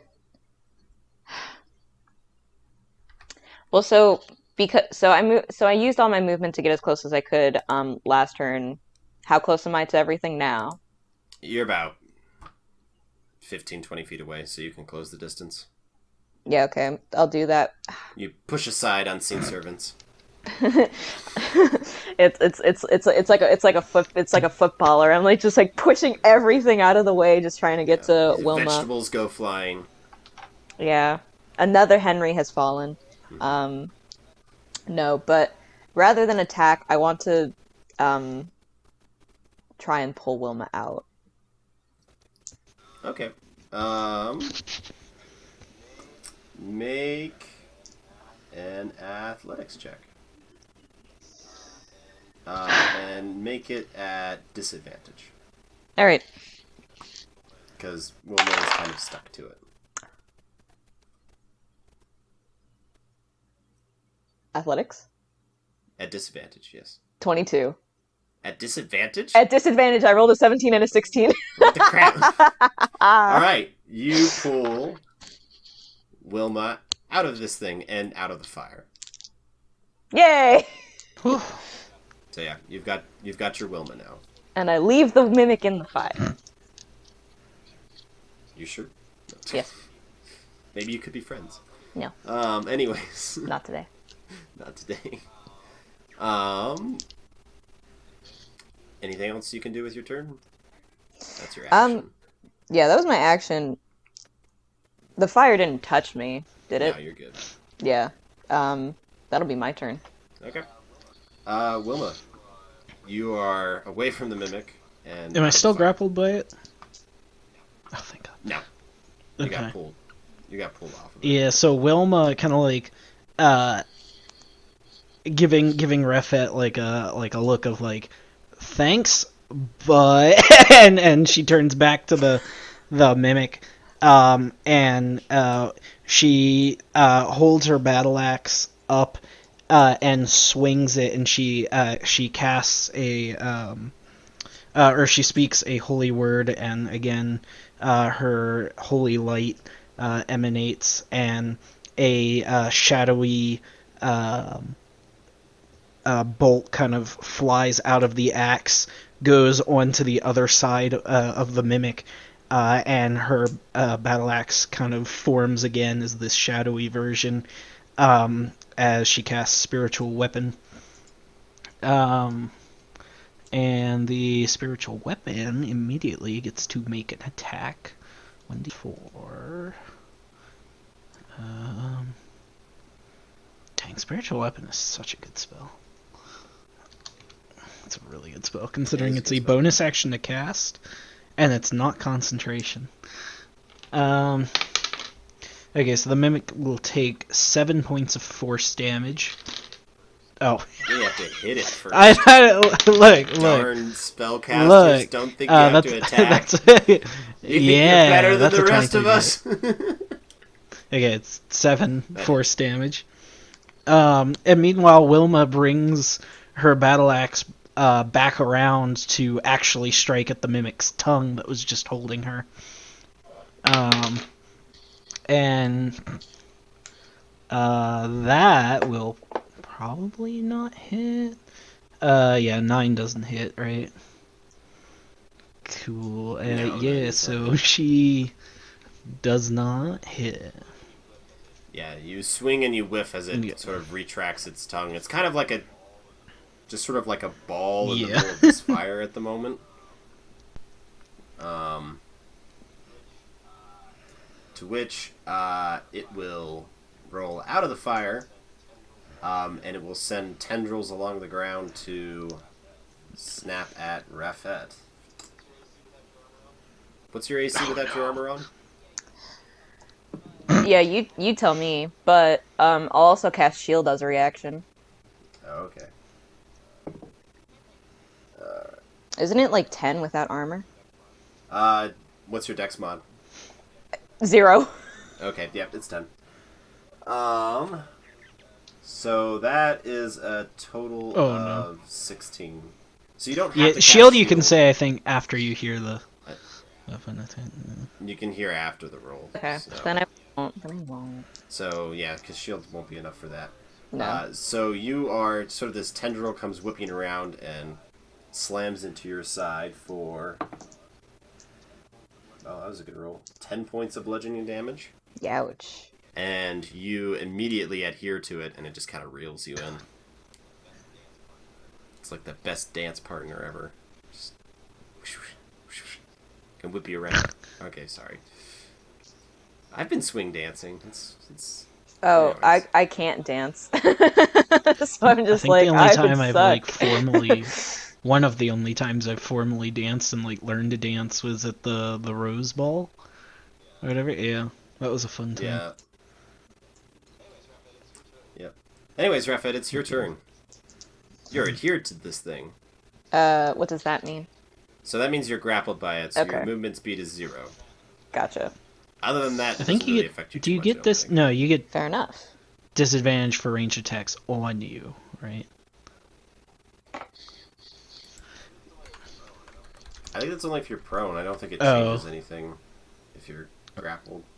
Maybe. Yeah, Well, Because the idea of grappled isn't like it's got its arms around you. you just can't move. It's like you're Okay, both yeah. stuck in a very close quarter Yeah. tumble, essentially. Oh, But Wow. it's in control, so it can move you around wherever it wants. I was today years old when I learned what grappling was actually. I've Oh, always okay. imagined it as like a thing. Yeah, it's not quite. It's not supposed to be that extreme. Right, because there's the other one, right? What's the other one? Restrained. Restraint. Yeah. Well, I'm gonna attack it with my warhammer then. Oh my gosh. So, first hit is 14. All right. 14 hits. Yep. Okay.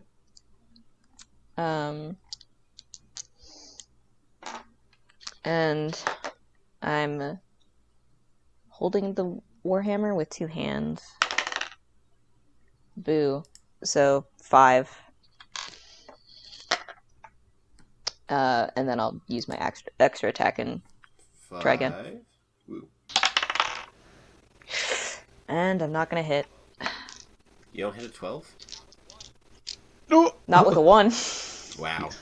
She just. Not with a hits one. herself. So yeah, you're slightly overwhelmed by being hugged by this thing. Like I'm all goopy and sticky, Yeah. and I don't have my armor. I feel really exposed right I now. feel gross. I feel gross. All right. I've never gone dancing. I'm just really embarrassed right now. I'm flustered. Come on. Oh. All right. So, Wilma, it is your turn. You see your friend sort of starting to be encased by this thing, and they're kind of floundering about trying to hit it. Yeah. As a bonus action, I will have the spiritual weapon make another swing, which will be a 14 to hit. That hits. Let's see. Ooh. That will be 10 points of force damage. Sweet. Yeah, it's starting to, like, ooze. You're not sure if it's more of its saliva or maybe blood or whatever, but just sort of these globules of resin are starting to fall out of it. Heck yeah. And then,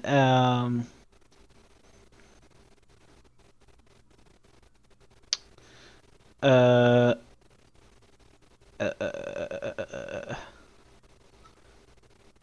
me just double check something. Yeah, no. And then Wilma will swing her battle axe again, trying to destroy it. Ah, so close to a crit. Yeah, that's a hit. That's a 24. Nice. Doesn't hit this time. No. Use wise medicine. Bruh. As a mimic, And it that will can be learn. 8 slashing damage. Okay. Alright. It is going to hastily try to chomp down Rafet. Oh man. Just gonna try to eat Rafet. Yeah, I'm just a snack, not a whole meal like Wilma. Yeah. I was so delighted. I hope you rolled bad. It's gonna roll 24. God. Ah. It's gonna go for that whole snack. My goodness, it's so bad. It's gonna be 6 points of piercing damage Okay. and 8 points of acid damage as As a reaction, use absorb elements. Oh my god. Does that have an acid damage one? Oh man. It does. Acid, cold, fire, Ooh, lightning, or nice. thunder damage. So I gain resistance. you take half damage. You only take 4 points of acid damage. Sweet. I'm at an even 30. And then it's your turn. It Wait. starts dragging you back towards the fire. By the way. It really Doesn't it likes give you the something fire. else other Fire. than just resistance? It The does. next attack you hit, it like I get 1d6 or something. I'm looking at it right now. Yeah, 1d6 of that type of damage. So it's your turn. It's just immune to acid Would you look damage. at that? Would you look at that? That'd be pretty funny. I'm gonna swing with my warhammer. All right. No, Oh, come not on. about mimics. 14. 14 hits. Yep. Yeah, I was gonna say, as I said that, I'm like, wait, I know mimics. They are. Wait a second. The Curb Your Enthusiasm song plays. Ba-na-na, da-da-da-da. It's gonna be 4, and then I'm gonna hit again. Well, I'm gonna try. Oh, yes. Here we go. That's a 19 for the second hit. What are you rolling for your Warhammer? Isn't it like a D10? No. The first attack did 4 damage. I know, but I'm like, Yeah.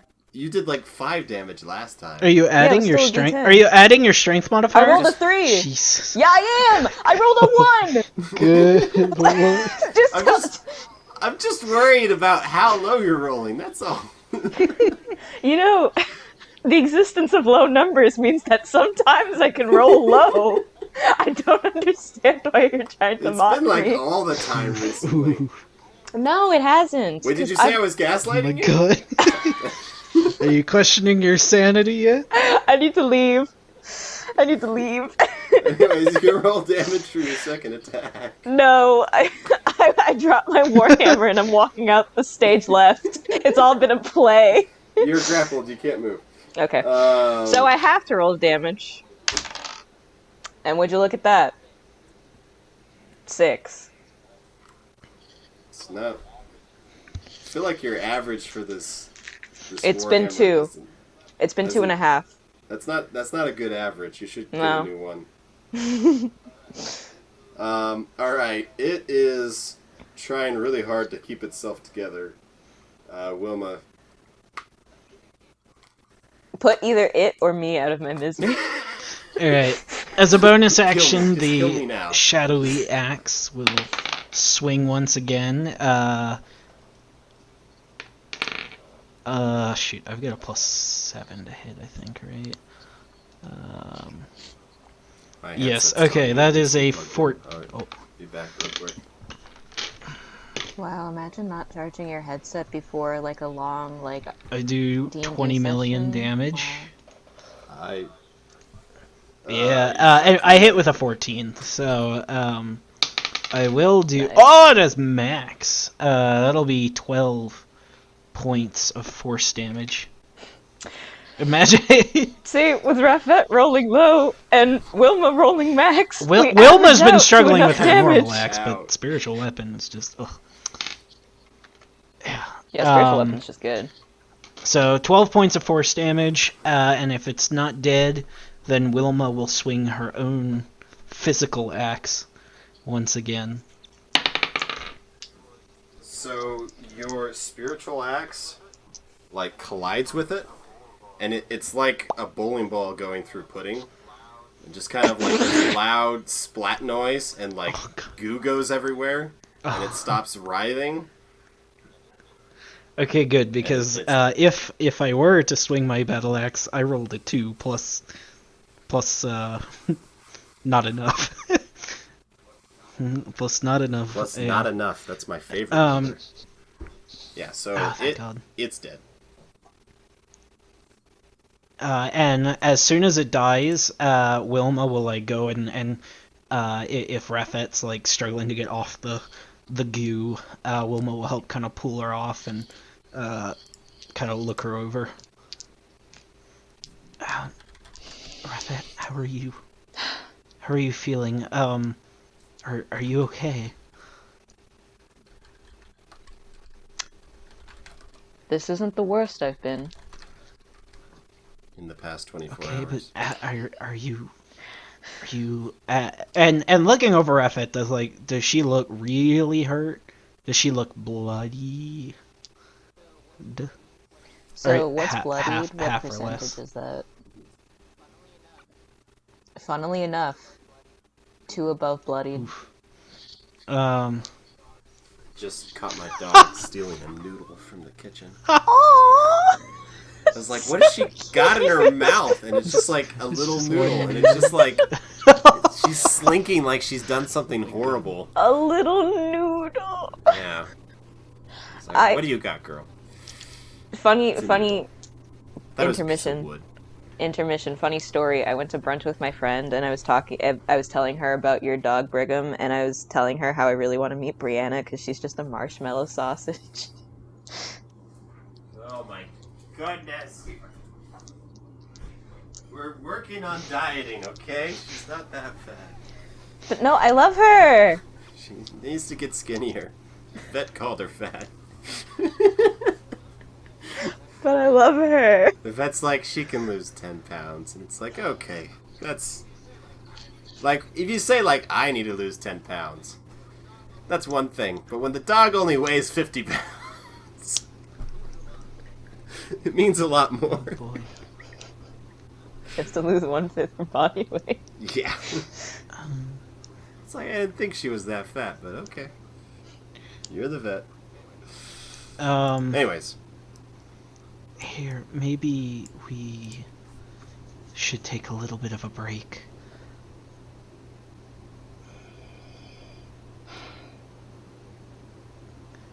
I think. One of the invisible servants just kind of pushes one of you because it's weird. And kind of moving a little ways from the kitchen, Wilma will kind of plop down, and she will start. It sounds like she is praying. Although if you overhear some of what she is saying, it doesn't sound like your typical kind of praying. It sounds like she's just having like a one-way conversation. But you can see a like purplish shadowy aura kind of start to come around her. And if we sit for the next 10 minutes, I am casting Prayer of Healing. And so on 6 or less living creatures within 30 feet of me, after 10 minutes of casting, we get 2d8 plus my spellcasting ability modifier. I wish it was a ritual, but it's not. I know as well, but I wish it was. But anyway. Because you could just sit there and do that all day. I wish it was a ritual. But yeah, so Rafet and I will both get 2d8, which is going to be, okay, not bad, 15 points of HP back for both of us. It's the same for both of us? Okay. Yeah, makes sense. Thank you, Wilma. You're welcome. That is not your room. She's so sad. Let's go to your room. She's so cute. Cut! Just Cut! And clap.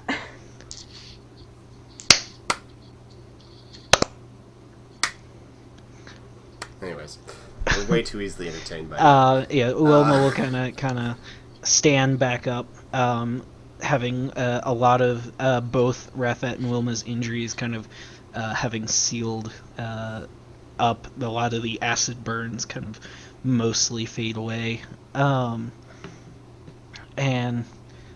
she'll say, hopefully we don't have much more encounters like that. I've used a lot of my power. I think I don't know if Nibirius can afford me much more today, but perhaps we should stick together a little more. I agree with that. But I don't know how the both of us are going to get to the island. We could swim. I could. Perhaps you seemed quite deft at jumping. At the very least, I can stand on the other edge, and if worse comes to worse, I can fire my crossbow across, if necessary. I just got the beautiful image of just Rafet with Wilma in her arms. Boing. I was waiting for her to say, could we God. try it? No. Okay. Imagine being in the arms of like an Olympic long jumper. In while the they're doing arms In the Um, arms of a blasphemy. Fly away. Wilma will say, we can go over there in just a moment, but let me double check. And Wilma will look around trying to see if she can find that key that had been on the shelf earlier. So yeah, checking out, like, going through the goop a little bit and going through the pantry. You don't really see it. You can make an investigation check if you want. Sure, why not? Nat 20, plus, like, 2, I think. Wow. Yeah. Oh, no, plus 1. Yeah, based on what you observed, a you're pretty certain part the of the key mimic. was probably a piece of bait that this thing has used before. Okay, yeah. The funny thing is, we checked the kitchen. We checked. Well, I'm about to check the island and watch the island have nothing, and it was actually in the bedroom the whole time under the pillow. Right where the That was my tooth first fairy thought. left it. Right where the tooth fairy left it. It's a giant's tooth. That's just been carved. The chest on the other side brilliant. on this island is just another mimic. That's what I'm really worried about. That's what I'm actually worried about. But You gotta swing you'll your never know warhammer until at the chest before you do try. anything with it. I swap my warhammer for my greatsword. Oh, you've got both a warhammer and a greatsword? Oh dang. Oh yeah, dude. I took Oh too my much to weapon. Alright, well. Sometimes things have to be warhammered, and sometimes they have to be greatsworded. Because here's the thing. I forgot. I reread Weapon Bond and realized I technically have not bonded my weapons yet. Now, this could be a retcon thing, but who cares? I assume you would have bonded them before the campaign Like started. That's what assumption. I thought in my head, Is but that not how that works? yeah, no, it only takes an hour, and I think it's described that way in case you ever want to like de-bond one and bond another. Can you only have one bonded at a time? Or? No, you can have 2 bonded at a time, Oh, and then if I don't like how they word it, because they're just like, if you want a third, you have to unbond one of the others. That doesn't mean it's a third. That's not a third. That's not a third. They should be bonded already then, because Okay. you would have done that before the campaign. Okay, that's why I originally left them. Anyways, Yeah. are you jumping back to I'm the jumping. Wilma will jumping. stand Alright, at you see- the shore. The greatest long jump that you've ever witnessed.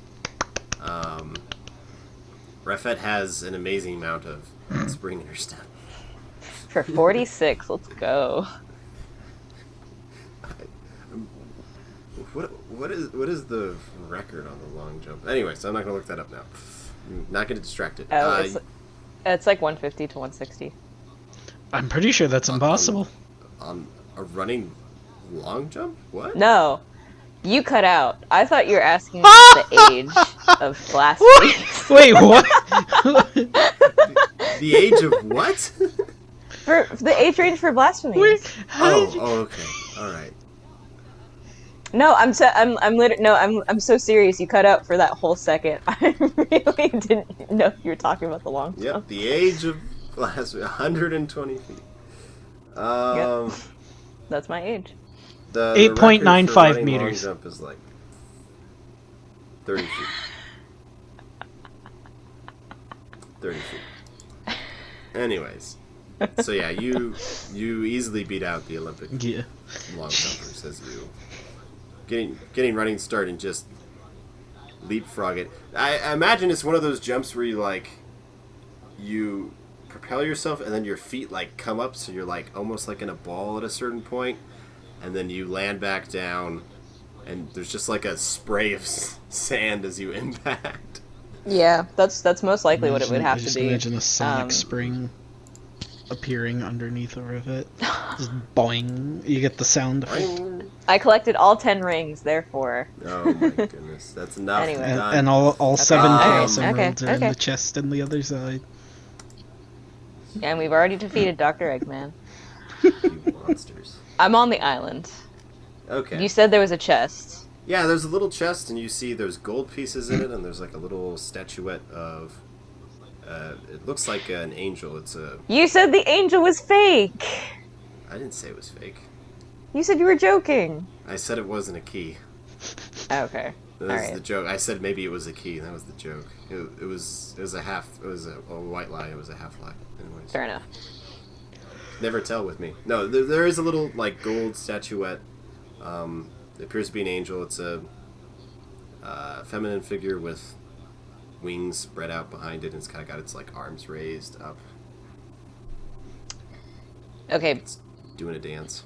before I do anything, I want to take my sword and I want to stab the chest. All right. So yeah, Wilma, you see your friend just stab the chest. You hear the sound of coins getting moved, and nothing happens. Okay. So then what happens, right? I just push away my sword and the chest opens. It was just an elaborate way to open it. No. It's already like open. It was almost looked like an art piece kind of in the distance, with it like open with like the gold spilling out of it and like the little. No, but like you see what I mean? Like if the chest was wooden and my sword went in it, if I just like essentially like throw my sword, it'll It open. would go like one of Yeah, those like like parlor wide open. doors. No. Okay. No, just All right. just wide open. All right. Um It was already pretty open, but okay. It's way Oh my more God. open now. It's super open. See, you say I don't. open. I don't care. I don't care about The the lid chest. was up. I don't like a care about the clam. chest. No, I don't care about the chest. I'm going to the statue. The statue's in the chest. Oh my god. I pick up the statue. All right, yeah, it's a little. It's about that big. Wow, the size of the blood key. Yeah, it's a blood key sized statue. It's a unit of measurement now. Blood keys. Yeah. How many blood keys tall am I? Yeah, it's like probably 6 to 8 inches. Okay. And you pick it up and it looks to be decent make. And it's just a statue. If I like turn it around or anything, it's like completely whole. Yeah. Nope. All right. Is there It's not, anything like, else? hollow. Fair enough. Oh, there's just the coins.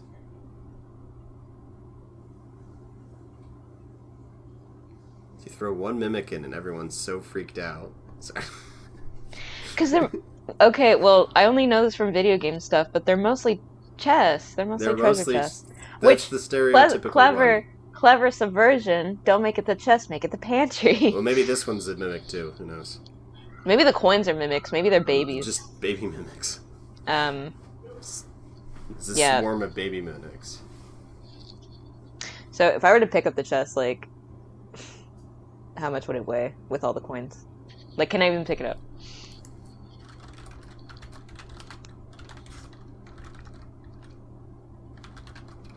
Let me see. The weight of gold coins in 5th edition.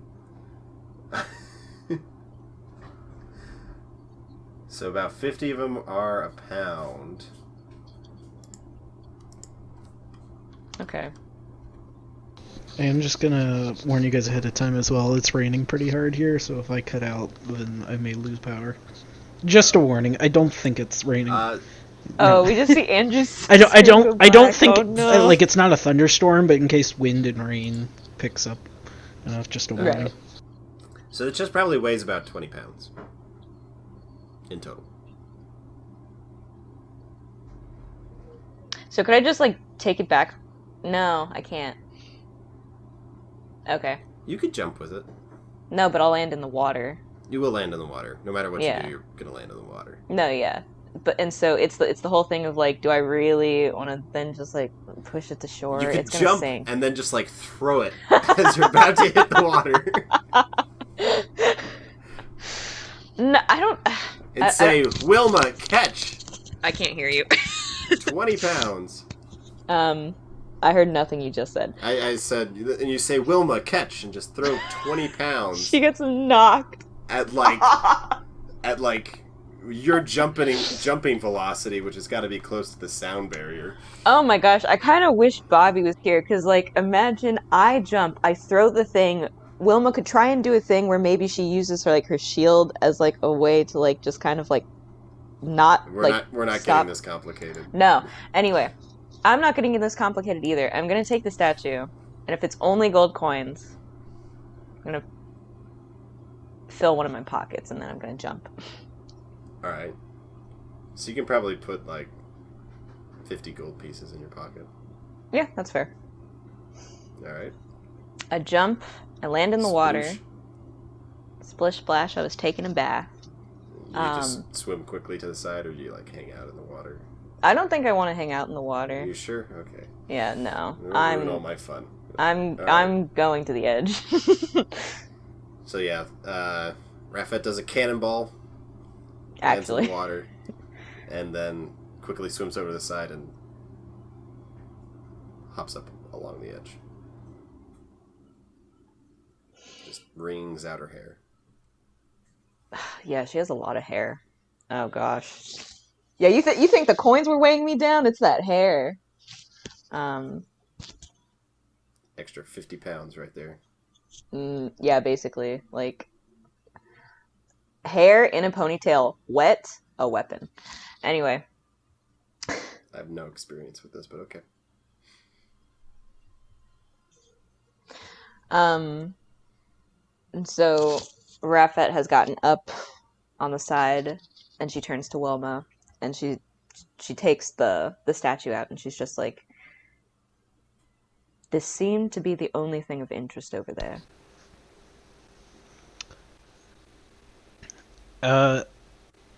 Wilma, taking a look at the statue, does she notice, is it super generic, or does it seem to have a deeper... So, I mean, looking over, it's a pretty simple, it's not like a ornate, like, super detailed. It's also, you think it's made out of gold, so it's like, it's soft metal, you can't get super great details out of it super easily. Whoa, 24 karat, whoa. 24 karat. Anyways. It appears to be of a Fluellian Angel. What angel? A Fluellian. So, the angels that came to Udasu to protect the people are called Fluellian Angels. As far as you know, they're all female. Okay. And yeah, they seem to be. They're a bit taller than they usually range from 6 to 7 feet tall. Okay. And they have these big white wings. They usually have like sort of coppery red hair. Obviously, this angel's hair is made out of gold, so you can't really tell in that regard. But This is inaccurate. Yep. You get out your paints and you fix it. No, it's Imagine painting on gold. Well, perhaps we should go and check out the bed area.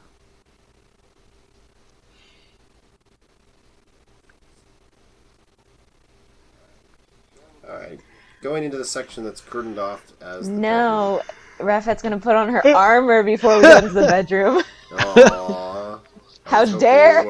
How I hope dare you you! wouldn't remember. Of course I was going to remember! I only took it off because I only put it back on because I knew I was going to go to the island again. And also, I was more focused on Wilma.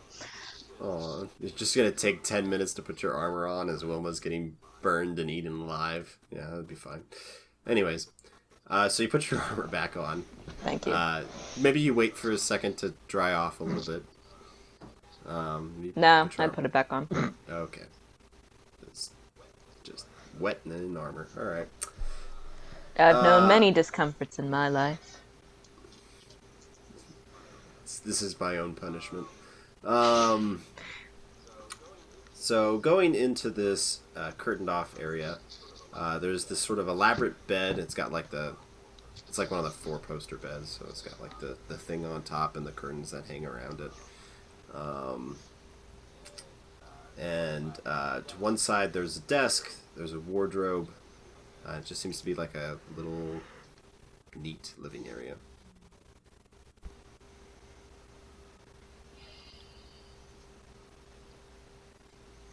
Well, The desk has some like, it's like one of those like old style desks that like has the door on it Oh, that you open. yeah, The that rolling slides door. in. Yeah. Yeah, my grandpa has one. Yeah. uh, So you can't immediately see what's on the desk because it's closed. Wilma, how do you want to go about this? I I will stab think anything in this room. Surely there couldn't be another one, right? But I suppose You it's say better that. safe than sorry. I suppose we should just start turning things over and look for a key. Sounds good to me. And Wilma will head on over to the desk to open it up and look in. All right. You open the desk. It does not grow teeth. Inside, there's a couple of things. There's like an ink bottle with a quill. There's a notebook, and there is a key that's just sort of resting there. Wilma will pick up the notebook and the key. And we'll pocket the key and we'll flip open the notebook. Yeah, so opening the notebook, it has a lot of writing. Do either of you know Draconic? Ow. Not me. No. No, I don't. So you can't read it, but there's like sketches of these strange creatures that are kind of hidden in shadow, and some of them appear to have, I don't know if tentacle is the right word, because tentacles implies like a side with like a The suction? sucker. Yeah. Yeah, it doesn't have that. They're just like tendrils, I guess. I think when it comes to like when you're talking about squid and octopus and stuff, like squid have 2 arms that are not suckered. Arm versus, or no, actually no, I think it might be the opposite where tentacle. I'll have to. It shouldn't matter in the end, but for my own knowledge, yeah, because I think dignity. arm Because I went to I think school it for actually this. arms might be the tentacled ones. Oh, Okay. I think you're right. Arms are the suckered ones because I think Arms are the octopus I tentacled think ones. technically aren't tentacled. They're because they have 8 arms. Hang on. Yeah, they have 8 arms. No, I think you're right because I recently looked this up. What? Don't What? don't ask why. No, I really can't remember. Okay. Arms have suction cups on the entire length. Tentacles only have suction cups near the end. Oh. Wait a second. We have our whole society. I feel like our whole society has the wrong concept of what a tentacle Yeah. is then. Anyways, this isn't either of those, so it's a Yeah, it's tendril. anyway.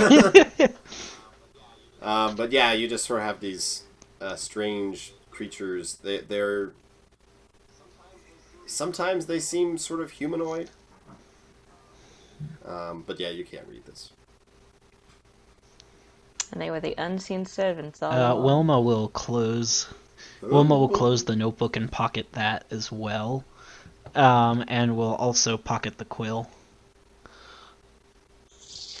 Damn. Let's see. I found the key. It was in the bedroom the whole time. Yes. Wasn't even under the pillow. It was just in the desk. Well, a key's a key. Yes. I think we should get out of this room and continue to move up. Absolutely. After you. and Wilma will bring the key back to the ottoman at the center. And we'll stick the key into the other lock. Okay. And turn. Yeah. Okay. I assume we close So- our eyes this time. So once again, almost seamlessly, like you weren't lifted or anything like that, you appear. This floor has a sprawling library on which you see shelves, a lot of which are actually empty. You see an occasional book here and there. And then the other portion of the room has sort of barred caging around it, with like a door that you can open. It doesn't look like it's locked, but it's just kind of shut. And on the other side, you see what looks like a sort of mountain forest. What? Probably at like A summertime. whole mountain forest? I mean, there's a whole island. It I was wasn't gonna a very say. big island. No, it was not. But it was a whole pool in a room. But yeah, it's almost like a sort of like an extra-dimensional space that goes out around the Fascinating. cage. So the trees go past the ceiling on your side of the cage. This reminds me of Ruby Volume 3 and like the changing battleground. How dare you? That's what it reminds me of. Genuinely. But as you take a moment to kind of take this in, you kind of hear this sort of grumbling, mumbling voice in among the shelves. It kind of just sort of drones on. Wilma lifts axe and shield, kind of looks at Rafet. Great sword. We should go Yeah. into the shelves. I assume you hear that. Yes. Good. If they're hostile, we take them out. If they're friendly, we figure out what they're doing up here and if they know anything. Okay. Right. Follow behind me. And Wilma will slowly begin moving into the shelved area.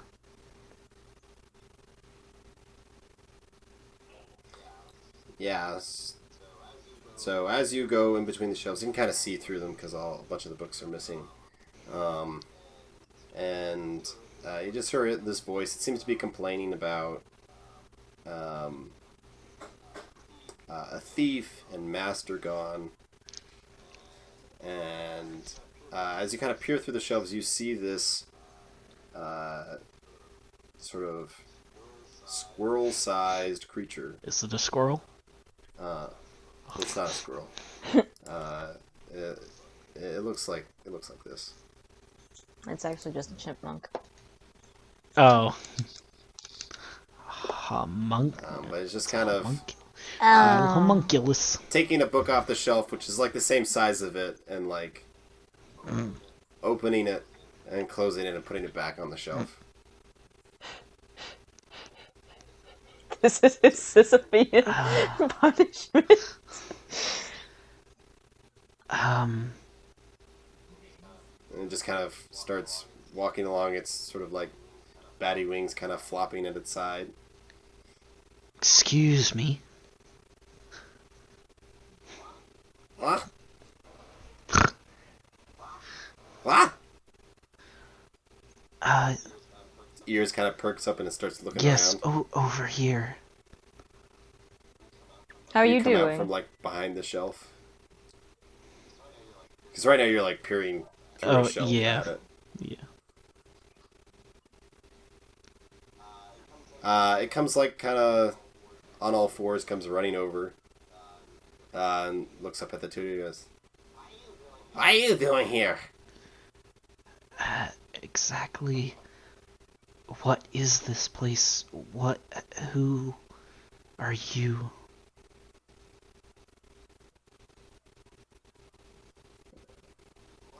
The library. The library. All the books are gone. Wow. And it just kind of like takes its little fists and kind of like hits one of the nearby shelves. Wait, Raphat wants to pick it up. Can I pick it up? What are you doing? No! No! And it kind of flounders in your arms. It's not physically very imposing, so you can just kind of. Hey, Raphat, I don't. Okay, let's. It's kind of flapping. Its wings are kind of flapping, and it's kind of. I mean, I'm not holding him like this. It's like if You he need to if he hold it by wanted to the get neck. off, he could. Like- Well, you have to pick it up like that initially. Okay. And then All right. you can maneuver. It just hops off. No. And lands on the ground. uh, Why do you do that? Not nice. excuse me, what exactly happened to the books?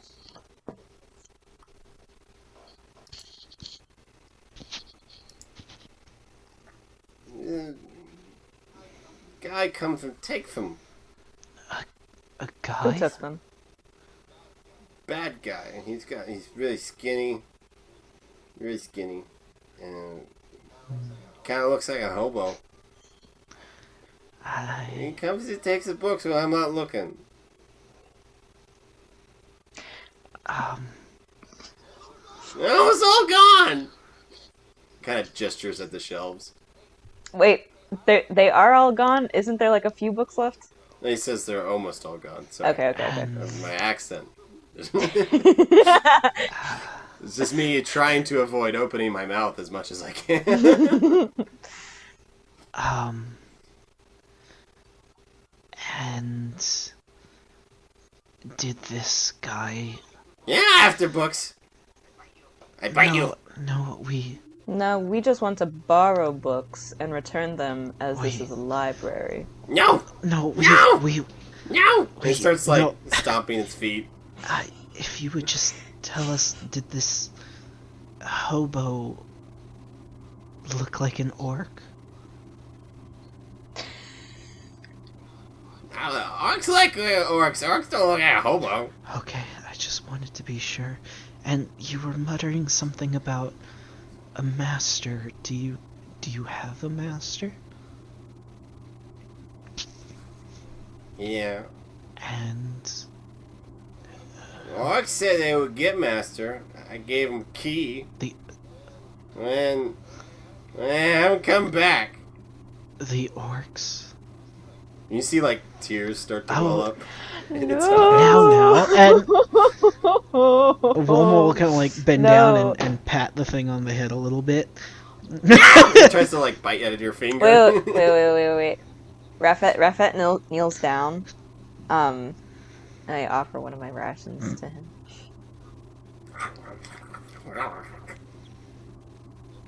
It likes that. It seems to like Who exactly is your master?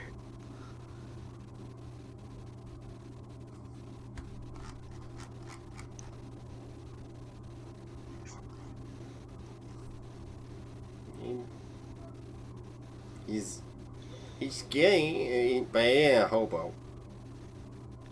Okay. He's powerful. Does he have a name? A title? I don't remember. You're not a very good.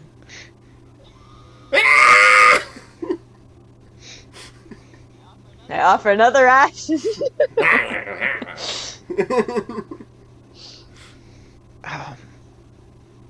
Oh goodness.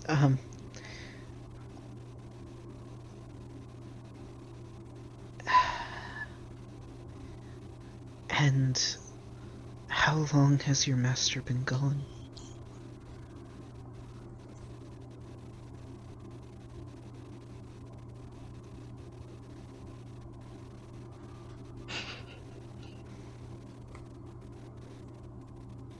Years. You see tears begin to well up in its eyes again. I'm sorry.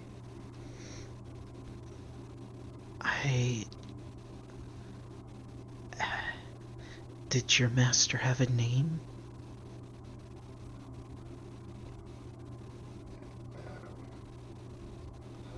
I don't remember. You don't remember your master's name? We've been through this. You see it stomp its feet again.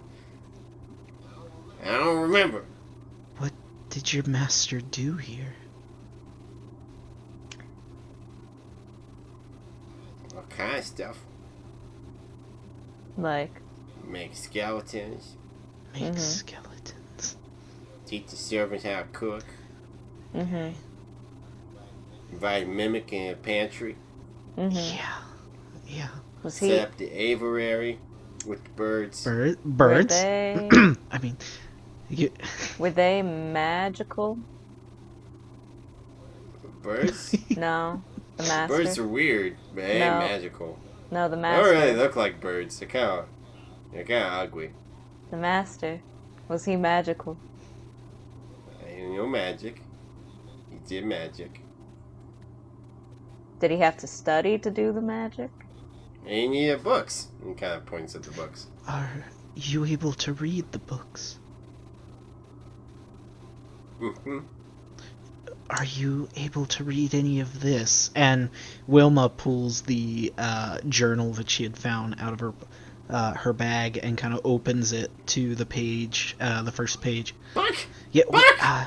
Takes the yes, book, wait. closes it, and puts it on the shelf. No. Aww. Are you able to read this? And Wilma kind of pulls it back out, opens it, and puts it. No, leave book on shelf! I will if you can. Leave it on shelf! Can you read this? Make a persuasion check. You are arguing with a toddler. Wait. What? Wait. Can I roll either? Can I roll history to see if I know what this creature is? So this creature you probably want to roll Arcana for. Okay, I'll roll Arcana. I did get an 18 charisma, by the way. Oh, that would be 25 Arcana. Oh, I did 25. Yeah, so this is a homunculus. And what do I know about them? They are these little creatures that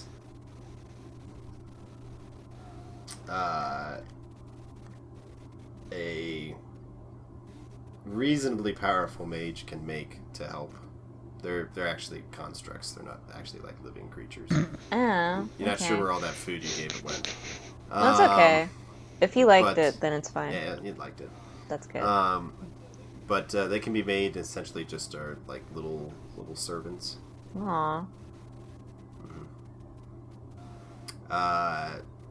And like usually they have a telepathic link with their master.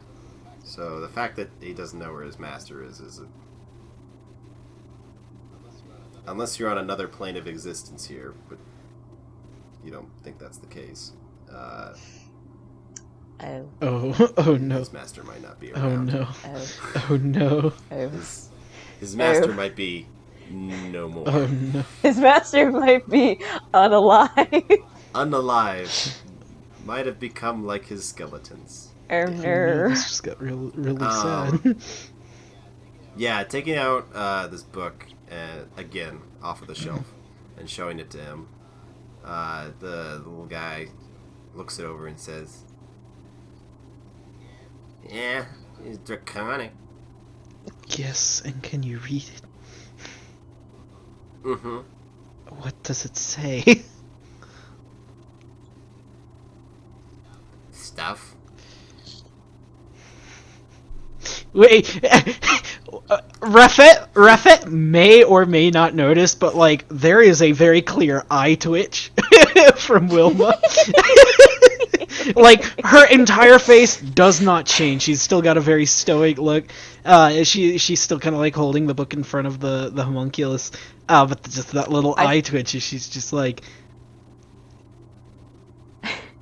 I think with every, with everything the homunculus said, like every response, Raphat was trying to hide laughter, but it kept growing.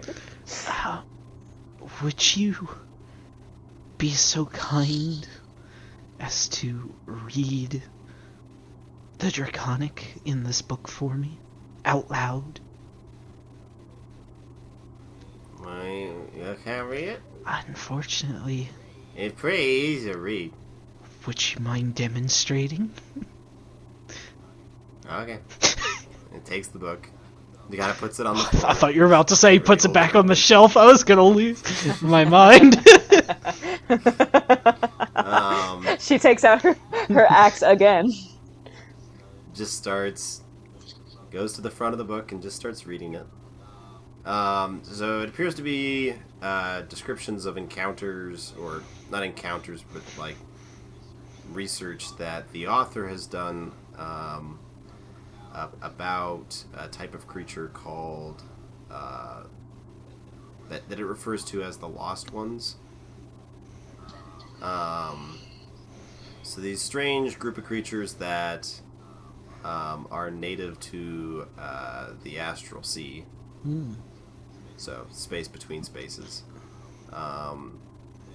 Their physical forms seem to defy many laws of reality, but that's not super uncommon with the astral sea. But from this individual's research, they seem to gather that they are hungry for and seek to suck the energy out of other living creatures Oh, and environments.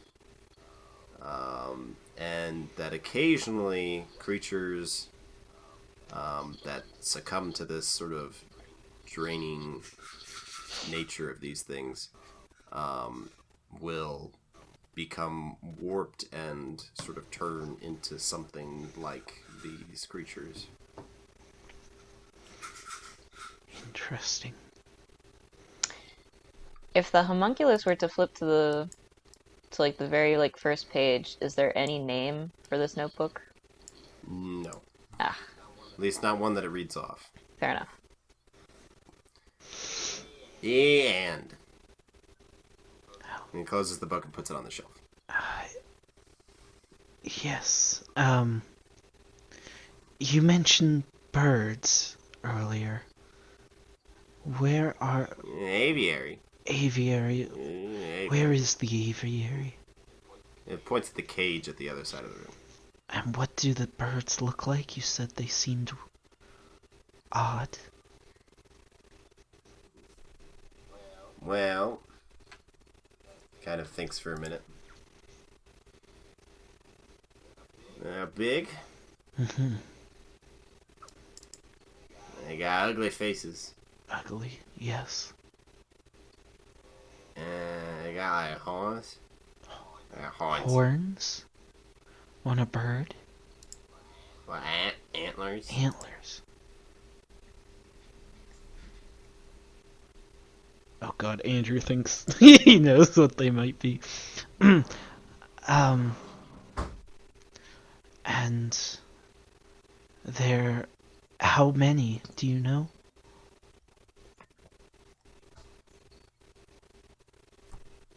Holds up 2 index fingers. Either that's a 2 or an 11. Oh, I'm gonna guess 2. probably. Can't you count with 2? Dumbo. The eye twitch again. Wilma. Wherever the little homunculus is, can Rafet put her hands in front of him and like see if he wants to climb on? There's no food on that. I can give you more food. Food. Its eyes get big. Just join us while we're here, and I'll give you more food. Just steps onto the hand. While Rafet's got the homunculus taken care of, Wilma will start kind of like looking through the books that are left on the shelves. They appear to be blank. Great. You open it up and it's just blank. All of them? Everyone that you picked up so far. Okay. You want to check this cage, Wilma? I'm a little concerned, but I'm not going into the cage. No, we're not going to go into the cage. We're just going to look. Bird will eat you. We can't have that. You need to eat your food. why don't Food. you two go take a look? I will join you in a moment. I'm gonna check one more book. Okay. Leave the books. Leave them. Don't worry. Watching you. Kind of just like the little finger. Shouldn't you do this? He uses his pinkies and just Aw, that's so cute. watching you. See if you take book like skinny hobo. Dumb hobo. Didn't you say this was a library? People take books to return all the time. It's not like we give out cards or something. A Yeah, personal library. library. Let's go check this cage. Okay. Rafette will take her new friend to the cage. Keeping a safe, healthy distance from the cage door. What's a safe, healthy distance? So anywhere they could if they're like So the bars are like that far apart.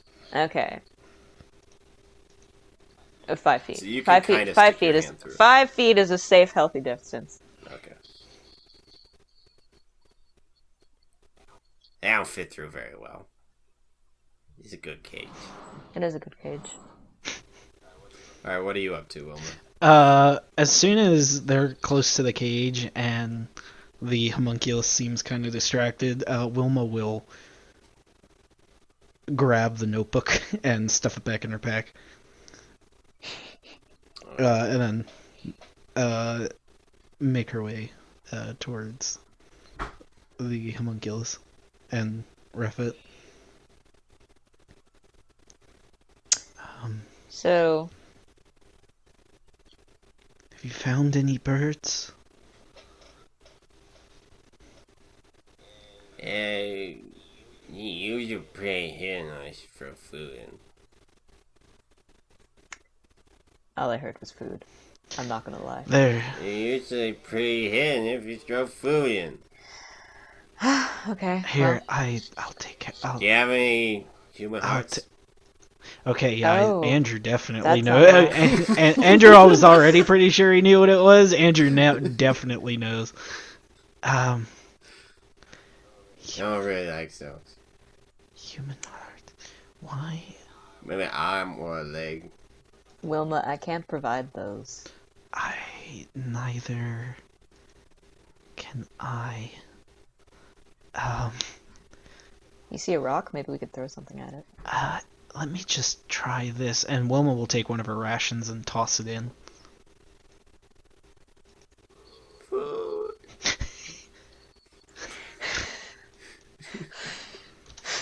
And you kind of wait. You see... It's kind of weird. You see a shadow kind of pass over. But it looks like someone just kind of like walking by almost. Yep.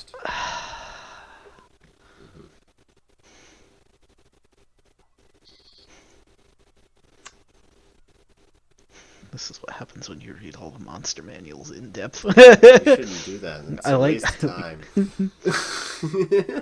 Yeah, see, Rafette's just standing here, witnessing this, and with a homunculus in her hand, and she's just like, the homunculus is cooler. Like, Wilma sees a human-like shadow and kind of like, can she open the cage at all? Yeah, you can open the door. I'm just curious. I'll poke my head in and look up. And Wilma, like... Rafette is gonna take another 5 feet Wil- back. You guys can make intelligence checks if you want to. Intelligence checks? Intelligence So when I check. say intelligence, that means I'm double checking with the... You make nature checks. Nature checks. Nature checks, specifically. 11. Intelligence. That's an Oh, okay. 11. It's 21. You said 21? Yeah, me. Yeah. So based on the little tidbits you've gotten here and there, it's funny because Andrew knows what it is. Yeah, but I Wilma. know, I know. But this is good because now I get the explanation. Yeah. You believe that the creature described is a Periton. Yeah. Which are these strange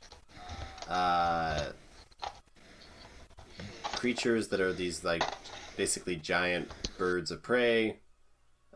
Except for they have a head of a stag and they have, like, teeth. Wait. Like sharp teeth. Oh, okay. I was thinking like human teeth inside of a stag, and I was They're just like, ew. yeah, that is some uncanny And their shadow valley. looks like a human. Yes, their But shadow looks like a why? human. Why does it look like? There's a lot of speculation. People believe it has something to do with the origin of the creature. That they originally kind of came from humanoids in some perverse way. But that's what they look like.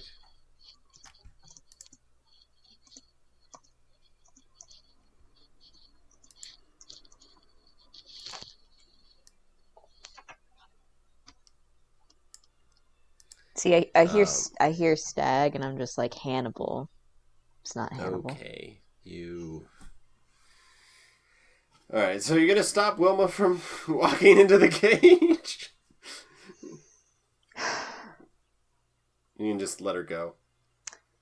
Homunculus seems indifferent. I pull her back. Is everything alright? Wilma, I don't think I'm entirely comfortable with you going in. Well, I suppose if this thing is talking about throwing in hearts and limbs, maybe it would be best if I didn't. I'm just curious. That was a human shadow. It's a human shadow, but it's a beast in there. Are you sure? Yeah, no, this guy wasn't kidding. I have a kid. Fine. Well, and Wilma kind of directs her attention towards the homunculus. Who? You, do you have a name?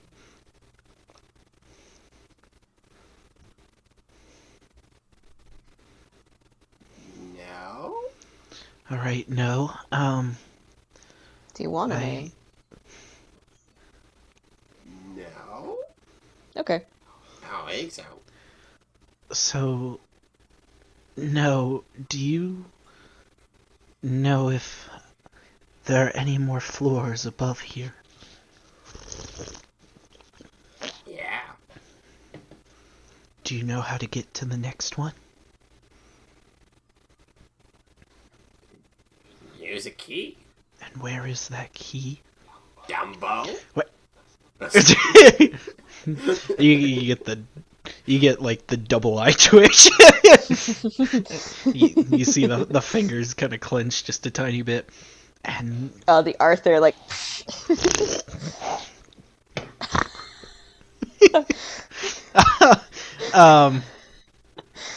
and do you know where I could find the key to get to the next floor? Yeah. Don't tell me it's in there. And Wilma kind of points into the aviary. That would be a dumb place to put it. Okay, then where is it? Why you want it? We're to go up. exploring the tower and making sure there's nothing dangerous in here.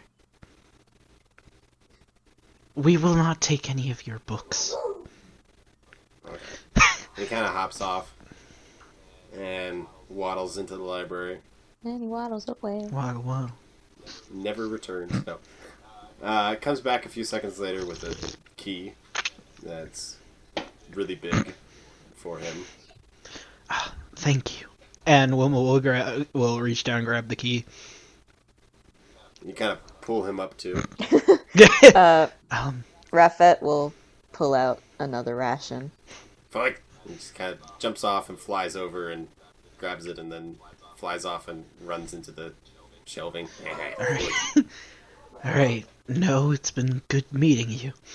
And Wilma will... Bye, Dumbo.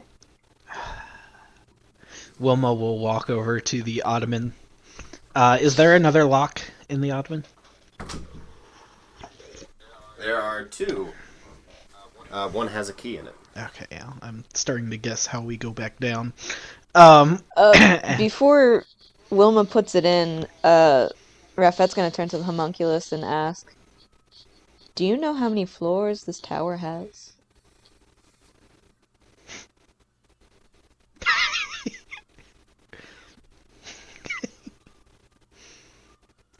I don't know. It was worth a shot. How many floors are underneath? Well, I remember 2 rooms. So at least 4. Wow, thank you. No. And with that, Wilma, shoves the key into the lock. We'll, grab Rafet's, forearm, kind of tug her in closer, and then twist the key. Alright. So once again, you are instantaneously transported. You kind of feel... What? Oh, Rafet would just turn to Wilma and be like, "Here's a cute little fellow." Mm-hmm. You get no, major sign of emotion from Wilma, but you feel the ire, the irritation. the irritation underneath.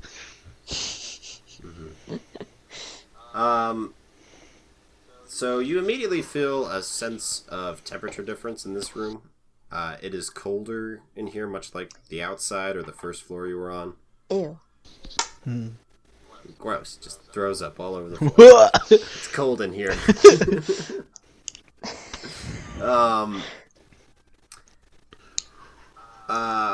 The area around you seems like it would be a really nice, maybe museum would be a good way of putting it.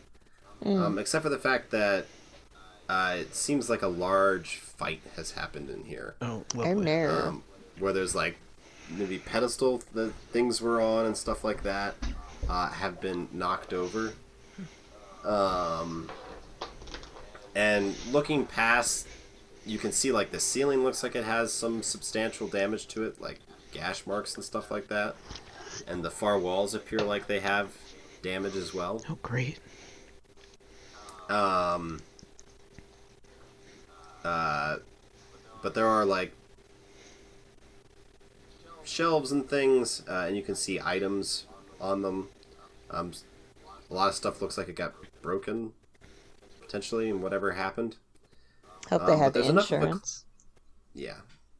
There's enough of a clutter that you cannot see the location of the voices that you hear.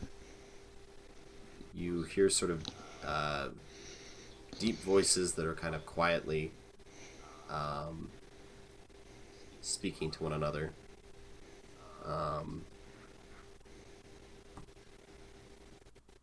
So, what would you like to do? Rafet. Yeah, Do you hear that? I do. Just like last time. Let's move closer and try and see if we can hear them. Alright. And then we will determine if they're hostile, or if they're like that... the other thing. And Wilma with battle axe, at the ready, shield at the ready, will begin moving in the general direction of the voices, until she can kind of make out what they're saying. And I follow behind. Yeah, those are stealth checks. That's what those are. Actually, is it dark in this room? This room does not have any apparent light sources. Then it would also be, or I would use, I would use Umbraturgy to have the shadows creep up around us again to help us. I'm also going to tap. I meant to do this before we actually went over to the aviary on the previous floor, but once again I will kind of tap Raphael on the back, kind of like a pat on the back, and give her the Vigilant Blessing. So we get advantage, aka nat neutral, on our stealth checks. Oh, would you look at that? It's an 18. 18! Oh, heck yeah. Let's sink! Ah! Frigum's like, darn. No, I'm fine. So as you begin moving through, you walk past like a shelf that looked like it had a bunch of like potion bottles on it, and a bunch of them are broken. You kind of slip past that. You walk past a pedestal that just has, it seems to have remained upright during that, and has a little cushion. It's got a ring on it. Boop. Like as we're walking by, can Wilma just grab the ring? You can snatch it. Yeah, Will just like she you would think Wilma's a thief with just like how much she's looking at all the things, and how naturally she just kind of reaches out and grabs the ring while continuing to move at the same pace.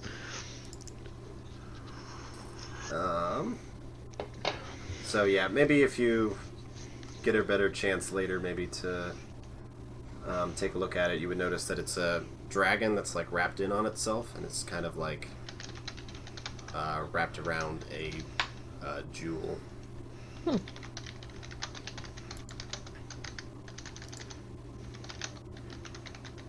Okay. And I forgot to set up the unknown item table. But I think that's unknown item number 1, so... What does that mean? What is it? A table? I'm not gonna lie, you said table, and I was just like, the unknown ottoman? Unknown item? I wish to take the ottoman at the end of this. So, next to where you have that on your sheet, just put the number 1 next to it. Because it has properties that you don't know. Yeah. And that way, if you bring it up later, I actually know what it is. Okay, yeah. I also wrote down the description of a ring that has looks like a dragon wrapped around a jewel. Yeah. And you pass some other sort of random knickknacks. There's like a small steel-bound chest that you walk past. There's just soda all over the floor now. I was hoping none of you saw that. Oh, of course we did! We heard that. It's like you trying to juggle a tin can. Luckily, I was mostly done the can. So I just got some. But as you approach the voices closer, you see a group of orcs that are kind of sequestered around a... it's close to the wall, but there's a slightly raised area, and you see a figure suspended in the air. She has sort of red, coppery hair that flows from her head like silk. And you can see her golden irises as her eyes are wide with what appears to be surprise or fear. She's wearing silver armor that is adorned with filigree. and 2 white wings spread from her back and kind of fold around her. Her back is heavily arched, allowing an enormous blade to pass through her torso. The hilt of the sword is sort of against her sternum, and the blade protrudes through her lower back. The sword itself is hanging vertically, and so she's kind of arced backwards around it. And there is blood sort of falling around the sword, around the wound, and kind of spiraling around this almost still scene. And the blood appears to be like melted gold, and sort of these droplets are suspended in the air like time has come to a stop around this figure, or is... Yeah. But the orcs are kind of, I would say, at the foot of this, and are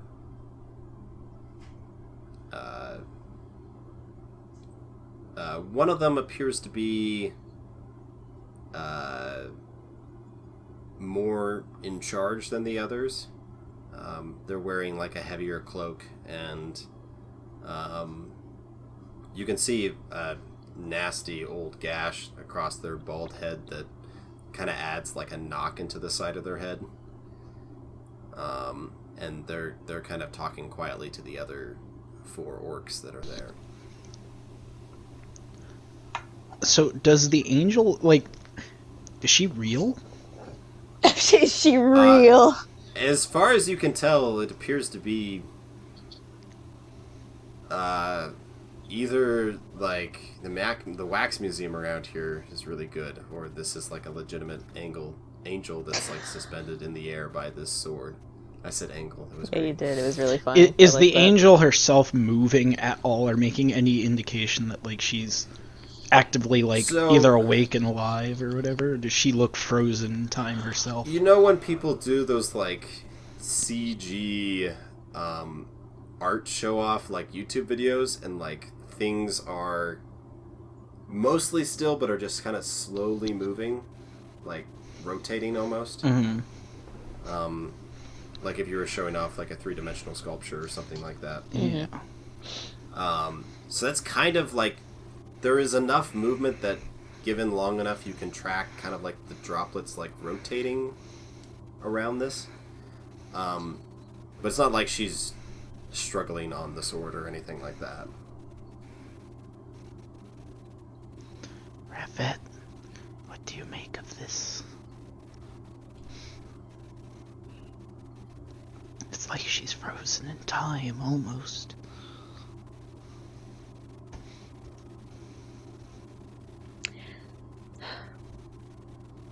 I really don't know. Do you think we should take out the orcs and then figure out what's going on, or... I don't think we'll be able to understand them if they're speaking in their tongue. Oh. We should Yes. always try to take out the orcs. And if Wilma can see me, which she probably can, my eyes will start to glow dark as I use my corrupting power. Wait. Do I have to wait till we're in combat to do that? No. Wilma just doesn't look like she was ready for you. Actually, she wouldn't even see your eyes. Yeah. Oh, yeah. That's right. Yeah. Well, okay. So the funniest part is that I love that it's described as they glow dark. And, Yeah, glow dark. Yeah. What does that mean? well, yeah. It's a bit oxymoron-ish, right? But then I have a veil, and it's just like, would it be like darker under my veil? Yeah, the darkness would kind of permeate, I guess. Like, yeah. That would be cool. I think because it's not like it's a incredibly thick veil. Mm-hmm. All right. Well, I guess we're going. How many orcs were there? There are 5 total. 5 total. Cool. Then with the corrupting power being used, Wilma will turn around and she will swing her axe, and once again, just like it had earlier that day, with the mimic, a bolt of shadowy energy kind of slithers out from it, snakes around the orcs, and right next to the orc that looks like the leader, this axe kind of rears up as it's forming, and just as it fully forms the axe, it swings down and takes a slice. Can we get a surprise attack? Yeah, you guys get Okay. a surprise round. Woo! Heck yeah. So let's just roll initiative first. Yeah. I have you Vigilant, get right? you get advantage. You. Yeah. I'm the best. I'm the coolest. You're nothing like me. Sorry. Did you roll really poorly? Is that advantage not going to matter? I got a 16. I got a 6. Oh my god. What'd you roll? I rolled a 6 and a 3.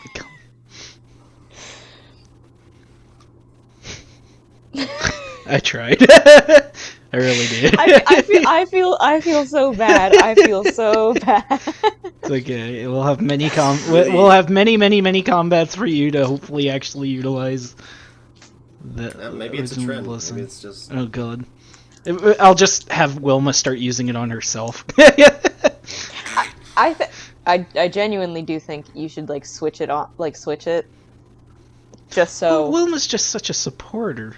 She's a supporter. Andrew just rolls well enough anyways. Yeah, my I'm dice actually- dice love me. What's the point? What's the point? I don't think my dice hate me. It's just that I don't have a very good space to roll them on. Like I'm at the point where it's like I kind They're of. upset. I have a tiny strip of my desk behind my keyboard that I've been rolling them on. I do have a dice tower, but I haven't pulled it out. I was about to say I'm at the point where it's like I probably should get a dice jar, but also I'm on a tilt because my desk is on my bed. Yeah. Hmm. Oh. Hello, Brianna. Who freed you? Yeah, that little corner in the right, that's what I have. Okay. So, surprise round. My bonus action is Spiritual Weapon. Yep. Which is going to have a 22 to hit. That hits. And that'll be 8 force damage on the leader-looking orc. Alright. And Wilma will run in and try and swing her axe also at the leader orc. Okay. Which will be a 15 to hit. 15 hits. Alright. That'll be another 6 points of slashing damage. Okay. And Uh, that is my turn. yep. Then Refet, you have a turn. Yep. Here we go.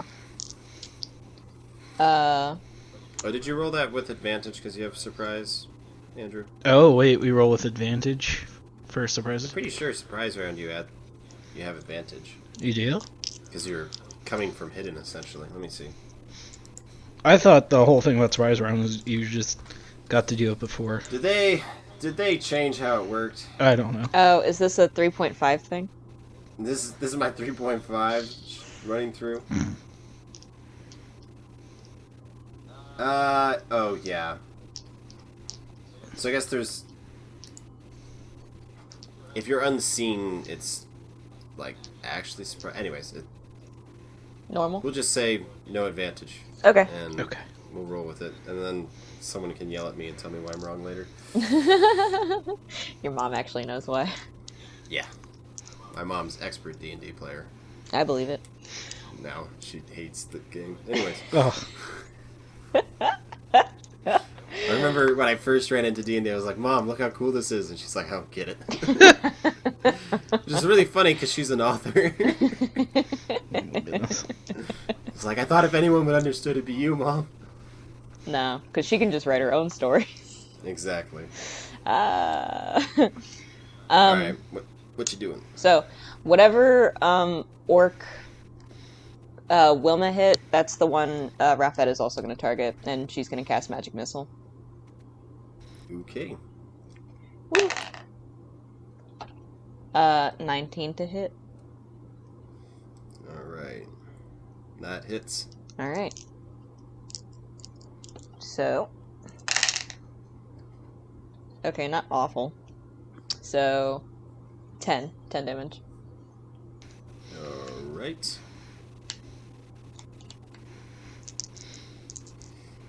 So, as you guys kind of lunge forward and quickly Oh, attack wait a this- second! Wait, What? wait, What? wait a second. Wait a second. What? Hold up, wait a minute. In addition, on each one of your turns, you can deal extra necrotic damage to one target when you deal damage to it with an attack or spell. So that would be... That's a spell. Oh my gosh. I'm 5. 5 necrotic damage. Sweet. Alright. So as you guys unleash your attacks, these orcs seem to be professionals, as they are surprised but immediately begin to react. Wilma, it's back to your turn. Okay, bonus action, the axe will swing yet again at the leader. That is a 18 to hit. 18 hits.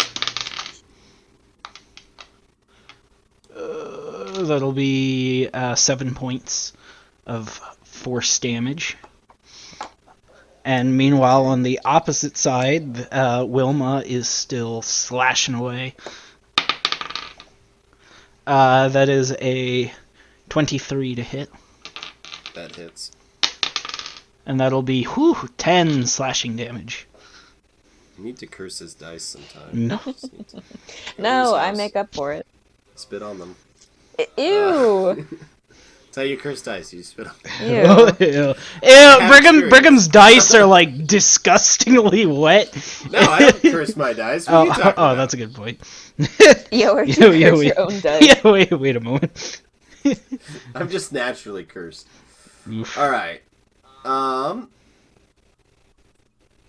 So the orcs kind of scatter a little bit. It appears the other 4 all have like short bows, and so they kind of go quickly and get cover in the various remains of this like museum-like area, and begin shooting some bolts.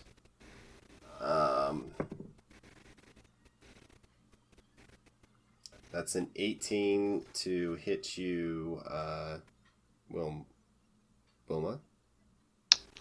I want to say, yeah, I'm gonna let that hit me. Okay.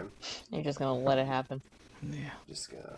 That's a nat 20 on Rafet. Oh, no. Oh, no.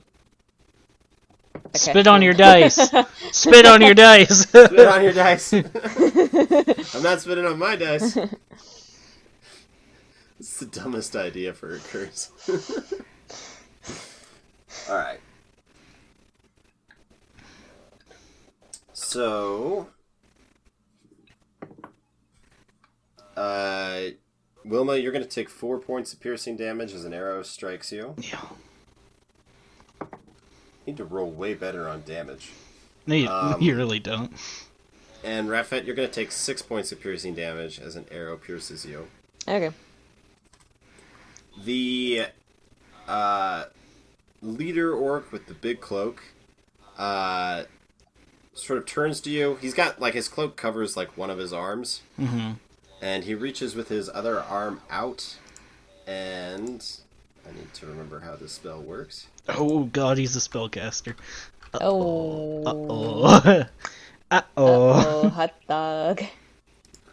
Oh, spaghetti. All right.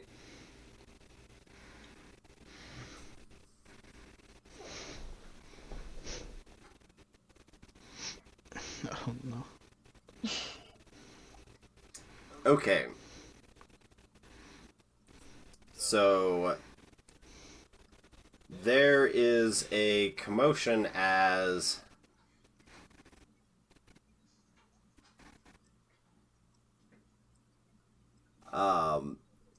sort of this like point in between the two of you begins to pierce through with a sort of darkness, and you see tentacles begin, not tentacle, I guess tentacles begin to emerge from them. Hunger of Hadar. Yeah. And the area around you is kind of filled with these battering tentacles of darkness. And so at the start of your turn, you're going to have problems. If I never let it get to my turn, I don't take damage. Mm-hmm. And then that figure is going to run away from you, Wilma, so you can make an attack of opportunity if you want. My spiritual weapon Cannot. Oh, that's a nat 20. Oh my gosh. My goodness. Oh my gosh. We're Unstoppable. doubling damage dice, right? Yeah. But we do not double the modifier. Nope. That'll be 10 slashing. Nice. That's the same as your last attack. Yeah, I rolled a 6 and a 2 this time. So as this guy runs away, you just kind of slash him across the back, and you hear him, ah! And he runs to the far side of the angel. So, and then it is your turn, Refet. I'm gonna need you to make a dexterity saving throw. Oh no. Oh god. Oh no.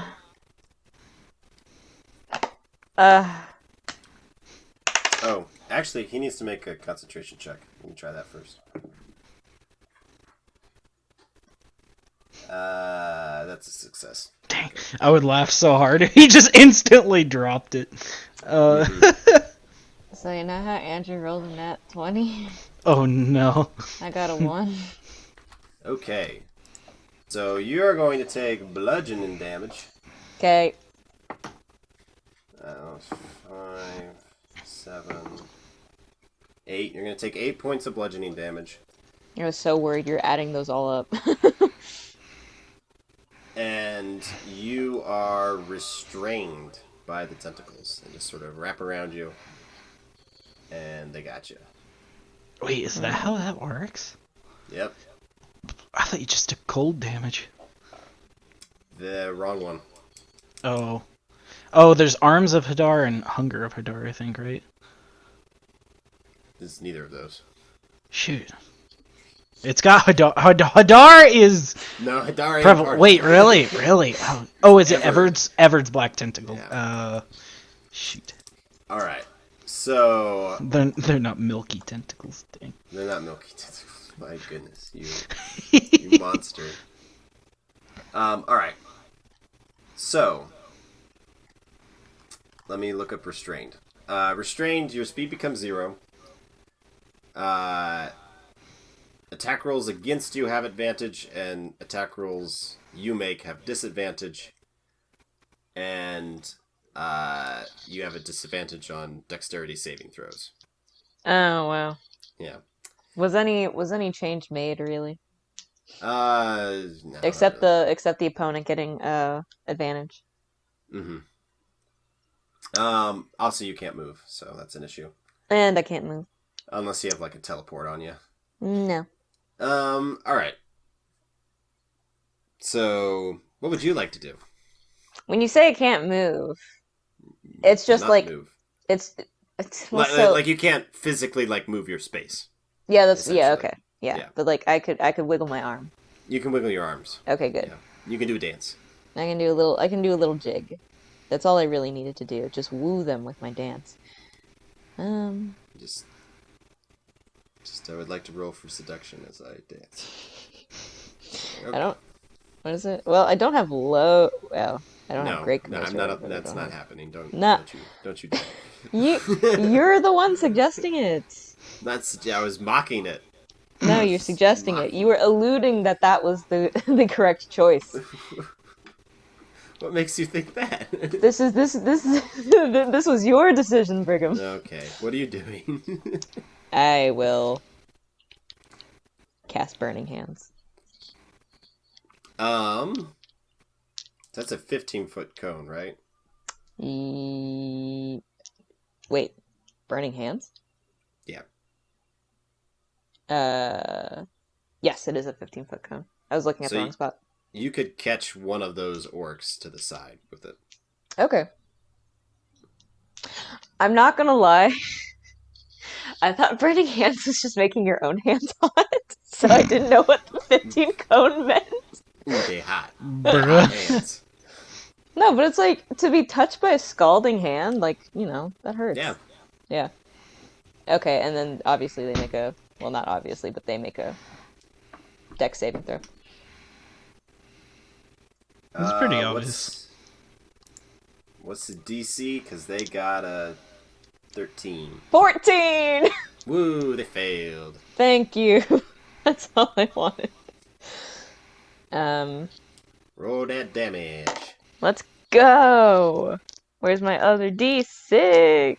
D6 should be easy to find.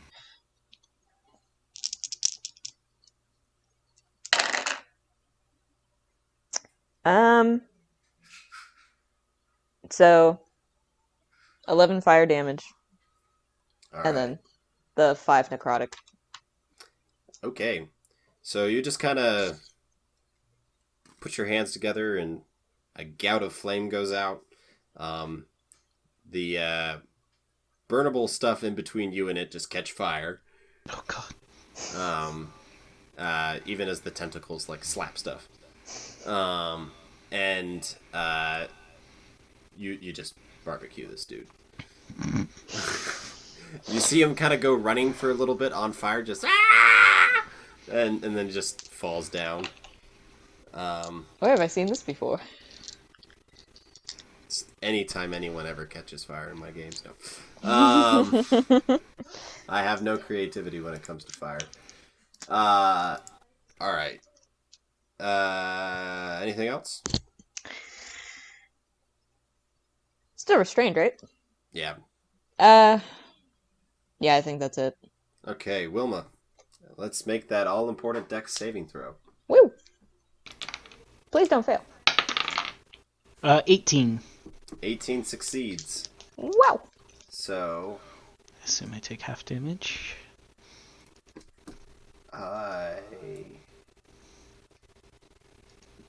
Oh, apparently, sorry, I forgot to mention you can use an action to try to break yourself free of the restraint. I actually don't think you take any damage. Oh wow, it's a save or suck? It's Dang. a save or suck. Oof. It is difficult terrain, but you're almost out of it already, so. Yeah. First I'm gonna use my bonus action to move the spiritual weapon back at the orky boy. Alright. Yeah, so you kind of move it past this angel with a sword in it. Yeah. And it will go ahead and attack him. Okay. That'll be a 24 to hit. My goodness. Can you miss one day? Just No. occasionally? No. The spiritual This- weapon is too strong. This is Andrew's reward for actually being a good D&D player. 10 force damage. Alright. And Wilma will come running out of the tentacles, but will not actually run at the orc, and instead she aims her axe towards it, and a bolt of this glowing purple energy goes flying at him, guided by Nibirius himself. And I am casting Guiding Bolt. Okay. And let's see, that'll be a 17 to hit. That hits. Alright. Ooh, that's 4d6 radiant damage. Yes. Yes. Ooh, radiant and necrotic. Let's go. Oh my god. That's going to be 17 radiant damage. Alright. This So- dude's going to have to make 2 concentration checks, by the way. You hit him with this blinding bolt, and there's the flash of light, and it's like all those really bad like when people, like in the old Star Trek, when people got hit with like the phasers and they had to like fall down. It's like one of those bad like but he kind of tumbles and hits the far wall and just kind of slumps down. Oh, good. Um, He's still glowing from being guided. yeah. Heck So yeah. his unconscious. Now I get advantage. No, I'm kidding. and but the Wilma will tentacles kind of disappear. They Sweet. sort of like shrink into the center ball of darkness, and you are no longer restrained. and Rafet will quickly turn. You mean Wilma will Wilma? quickly turn, looking at Rafet and just say, "All right, that's the leader down. Finish up with the rest of them." On it. All right. Well, the 3 left are all going to shoot Wilma. The threat. Yeah. That is a 24, a 22, Good God. and an 8. I would like to use Wise Medicine on the 22. Okay. Roll low. That's a 23. I rolled a 16 plus Okay. 7. So you can Okay. maneuver your shield to block that. Okay, so I'll take one of those. Yeah. So you're only going to take 9 points of piercing damage. Jesus, that's still a lot. Rolled oh my highest. Woo. And then the orc boys are gonna start moving across the room slightly. It's like they're trying to like go around and maybe back to that stone table podium ottoman. God. Cowards. Yeah. All right. And it is your turn, Refit. How close am I to the nearest orc? Within 30 feet, so you Okay. can move to it. Yeah. I'll move to it and I'll try and hit it with my greatsword. Ugh. Do. That's your great sword swinging noise. Ugh. No,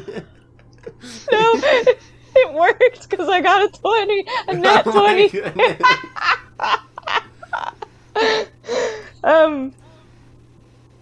Just gotta do that from now on. Ugh. Ugh. It's like the death sounds in the old video games. Ugh. Ugh. It's just Minecraft Steve taking fall damage. So if because that's a critical hit. If it's 2d6, do I just add one more d6 or? You roll 4d6 actually. Okay, 4d6. It's gonna be freaking brutal. Okay. Well. And this is turn 3. Yeah. Okay. You have it Oh. for 10 turns, Yeah, so yeah. that's what I'm trying to keep track of. Okay, we'll keep that. Sorry, I'm trying to do math. Oh my gosh. And also trying to, like, roll. Okay.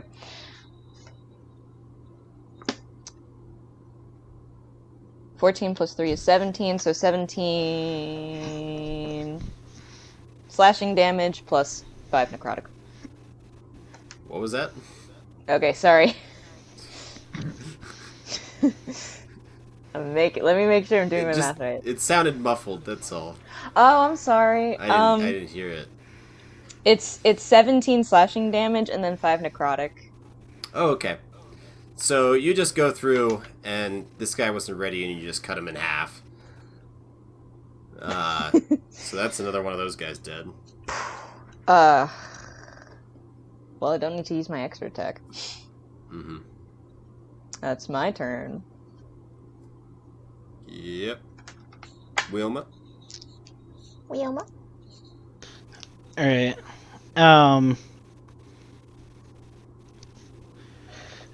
Do I think I could move my spiritual weapon to one of the other orcs? Yes. Okay. Then as a bonus action, I'll have it move and slash. Hack and slash. That's going to be an 18 to hit. 18 hits. That's going to be 7 points of force damage. Okay. That's not enough to take him down. You just kind of slash them, and they go staggering, and they kind of fall over that little like iron chest. And Ooh, an iron chest, yeah. As Wilma's running, chest, sorry, it's not full iron. Wilma kind of starts running after, runs after it, and assuming I can reach it myself, I'm gonna hack and slash. That is a 21 to hit. 21 hits. And that will be 6 more slashing damage. Alright, so as he's picking himself up after falling over this thing, you just decapitate him. Just executioner. Take him down. The last orc gets to the stone ottoman table podium. Oh, man. Turns the key and vanishes. Uh, And we're out of initiative.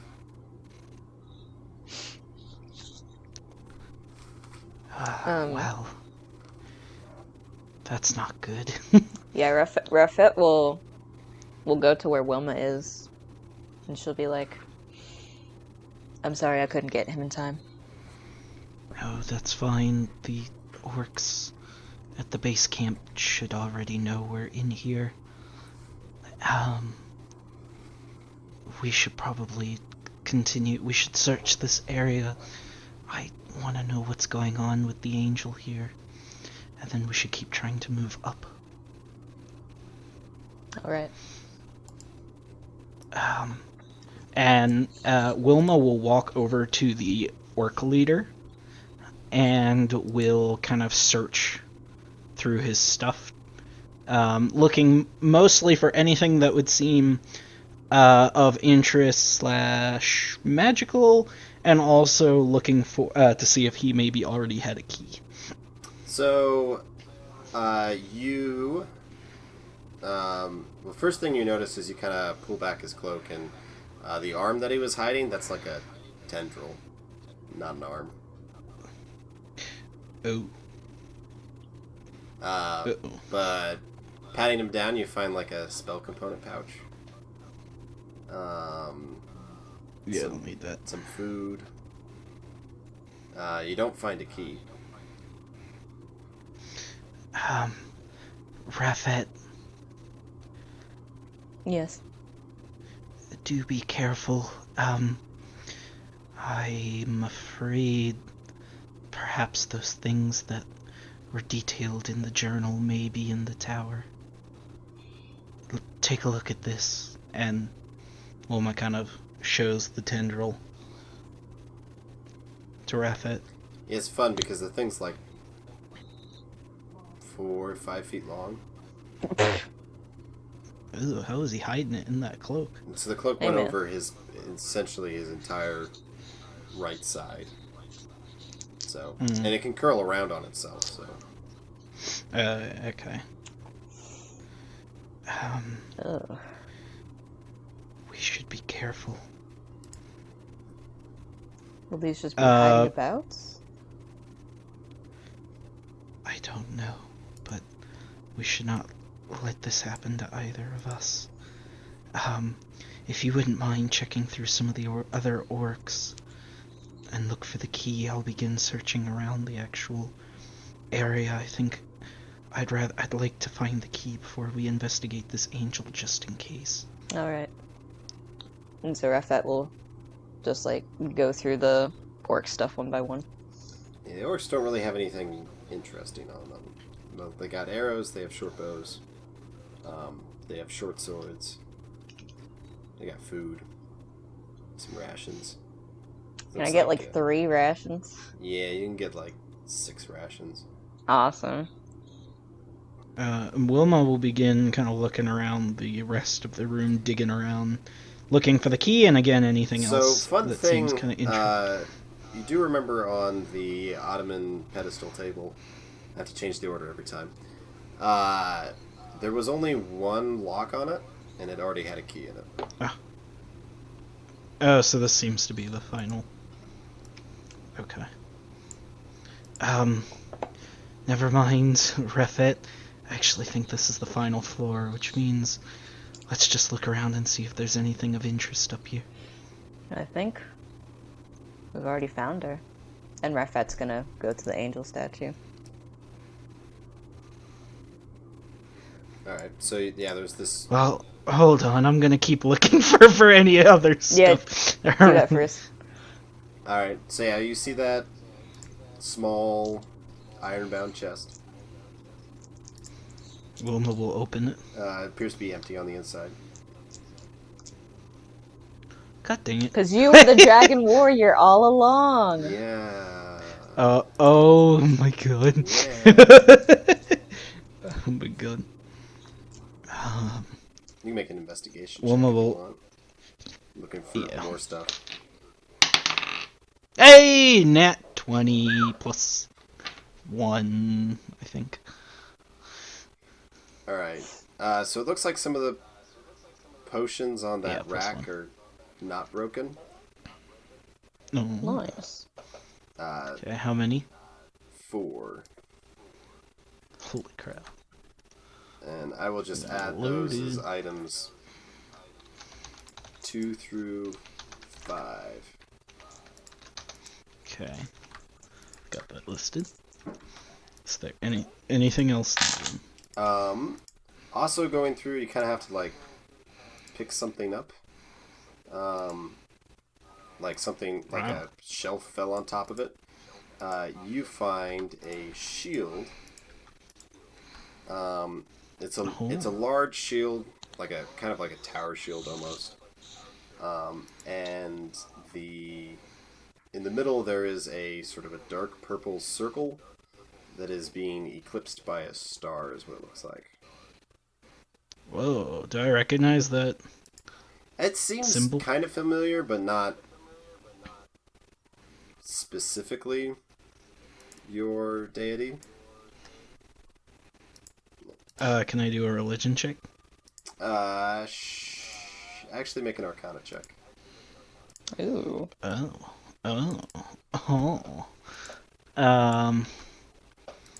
my arcana's not nearly as good as my religion. Oh, my arcana's pretty good. Honestly, my religion's not amazing, but... Wait, what's your religion? My religion check's a +4. Oh, beats my +3.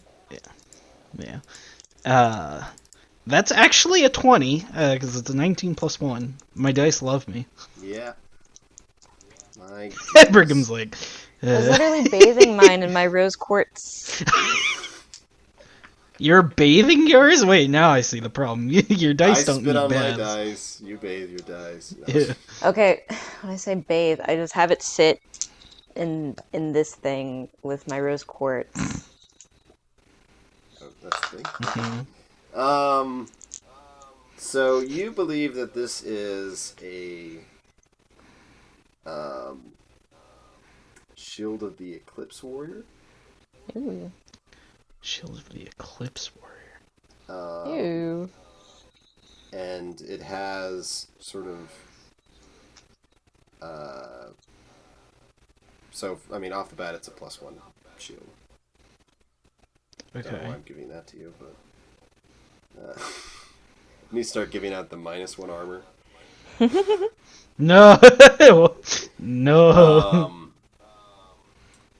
But essentially, it can be activated, and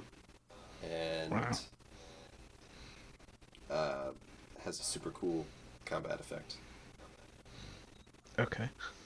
But it's totally arcane, not really a religious. Yeah, it seems to be primarily arcane.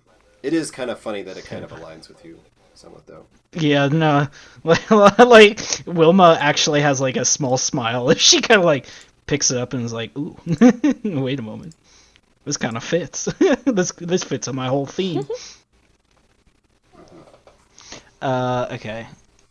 You said an eclipse. Shield of the Eclipse Warrior. What?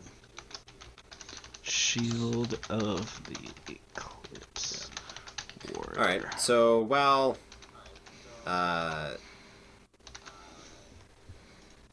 Wilma's doing that, Refet, there's this...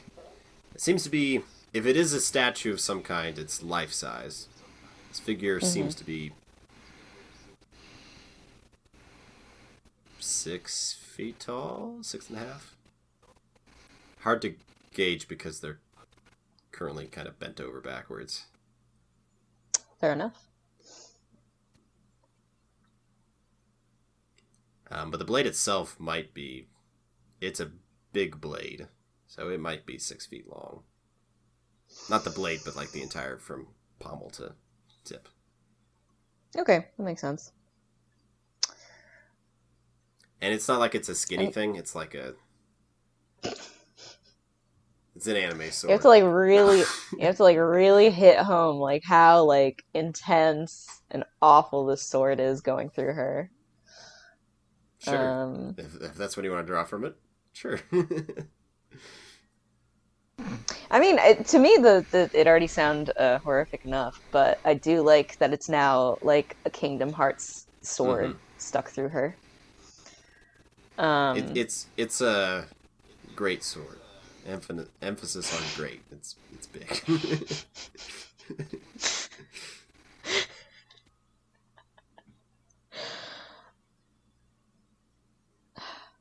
Yeah, Rafet's just kind of staring at the statue, but in a way where it's just like she's almost like kind of forgetting that she has to be like studying it for something.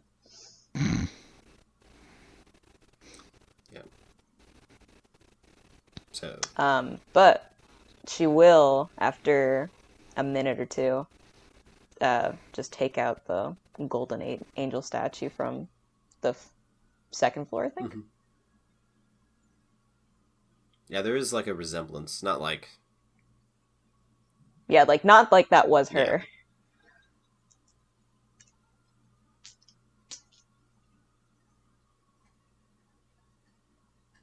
Yeah. Okay. So, yeah, after a minute, Wilma, you kind of make your way back. You trip over that iron-bound chest again and kind of kick it. What? I'm so paranoid. You keep highlighting this iron-bound chest. You can do what you want with it. It's an iron-bound chest. It's kind of low to the ground, so it's kind of hard to see when you're carrying stuff. Oh my god. I'm almost gonna ignore it for now. I've found some things. Have you figured anything else out about what's going on here? You see Wilma's got like a big freaking shield that she's just kind of lugging behind her. Yeah, when Rafet like turns to speak to you, she pauses for a second, being like, "Okay, nice. I got some stuff." I went shopping. Good for you. You could use a new shield. Everyone's a piece of garbage. It's probably really worn out by now. It's got teeth marks all over it from mimics.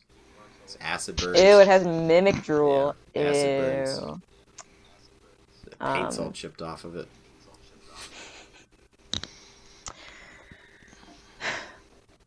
Wilma, you must forgive me. I haven't really been...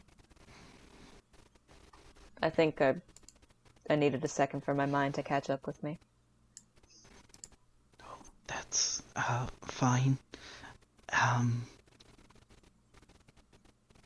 And Wilma will kind of look up at the angel. Is there anything around the angel that would, like, make it look like maybe it's an item that's doing this time slow stopping? So make an Arcana check. It's just the iron chest. The iron chest, all along. Jesus. Oh man, my dice are treating me insanely well. I guess I don't have to make a check. That's a 14. You gonna make an Arcana check too, Griffith? Oh. Yeah, I will. You probably should. With a plus 16. You probably have a... Not yeah. a plus 16, a plus 6, Wait. sorry. I misspoke, Plus 16, baby? Christ. 25 for Arcana. Ooh. Alright, so, Wilma's a little stumped. You, based on the nature of the phenomenon, where it seems to be kind of slowly rotating, you think the sword might be at the center of what is causing this effect.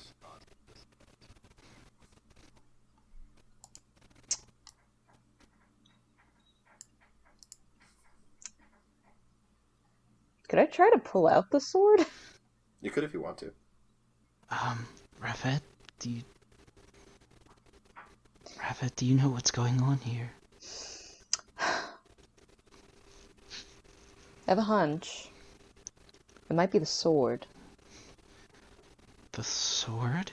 The sword. Could be magical and causing the suspension, the time shenanigans. Seems like an interesting effect for a sword. Usually you want your sword to kill or maim. Well, But should we attempt to pull it out? I think I want to give it a shot. If you'll allow me. No, you feel more than welcome, but I would like to be prepared to cast healing magic the moment the sword leaves the wound.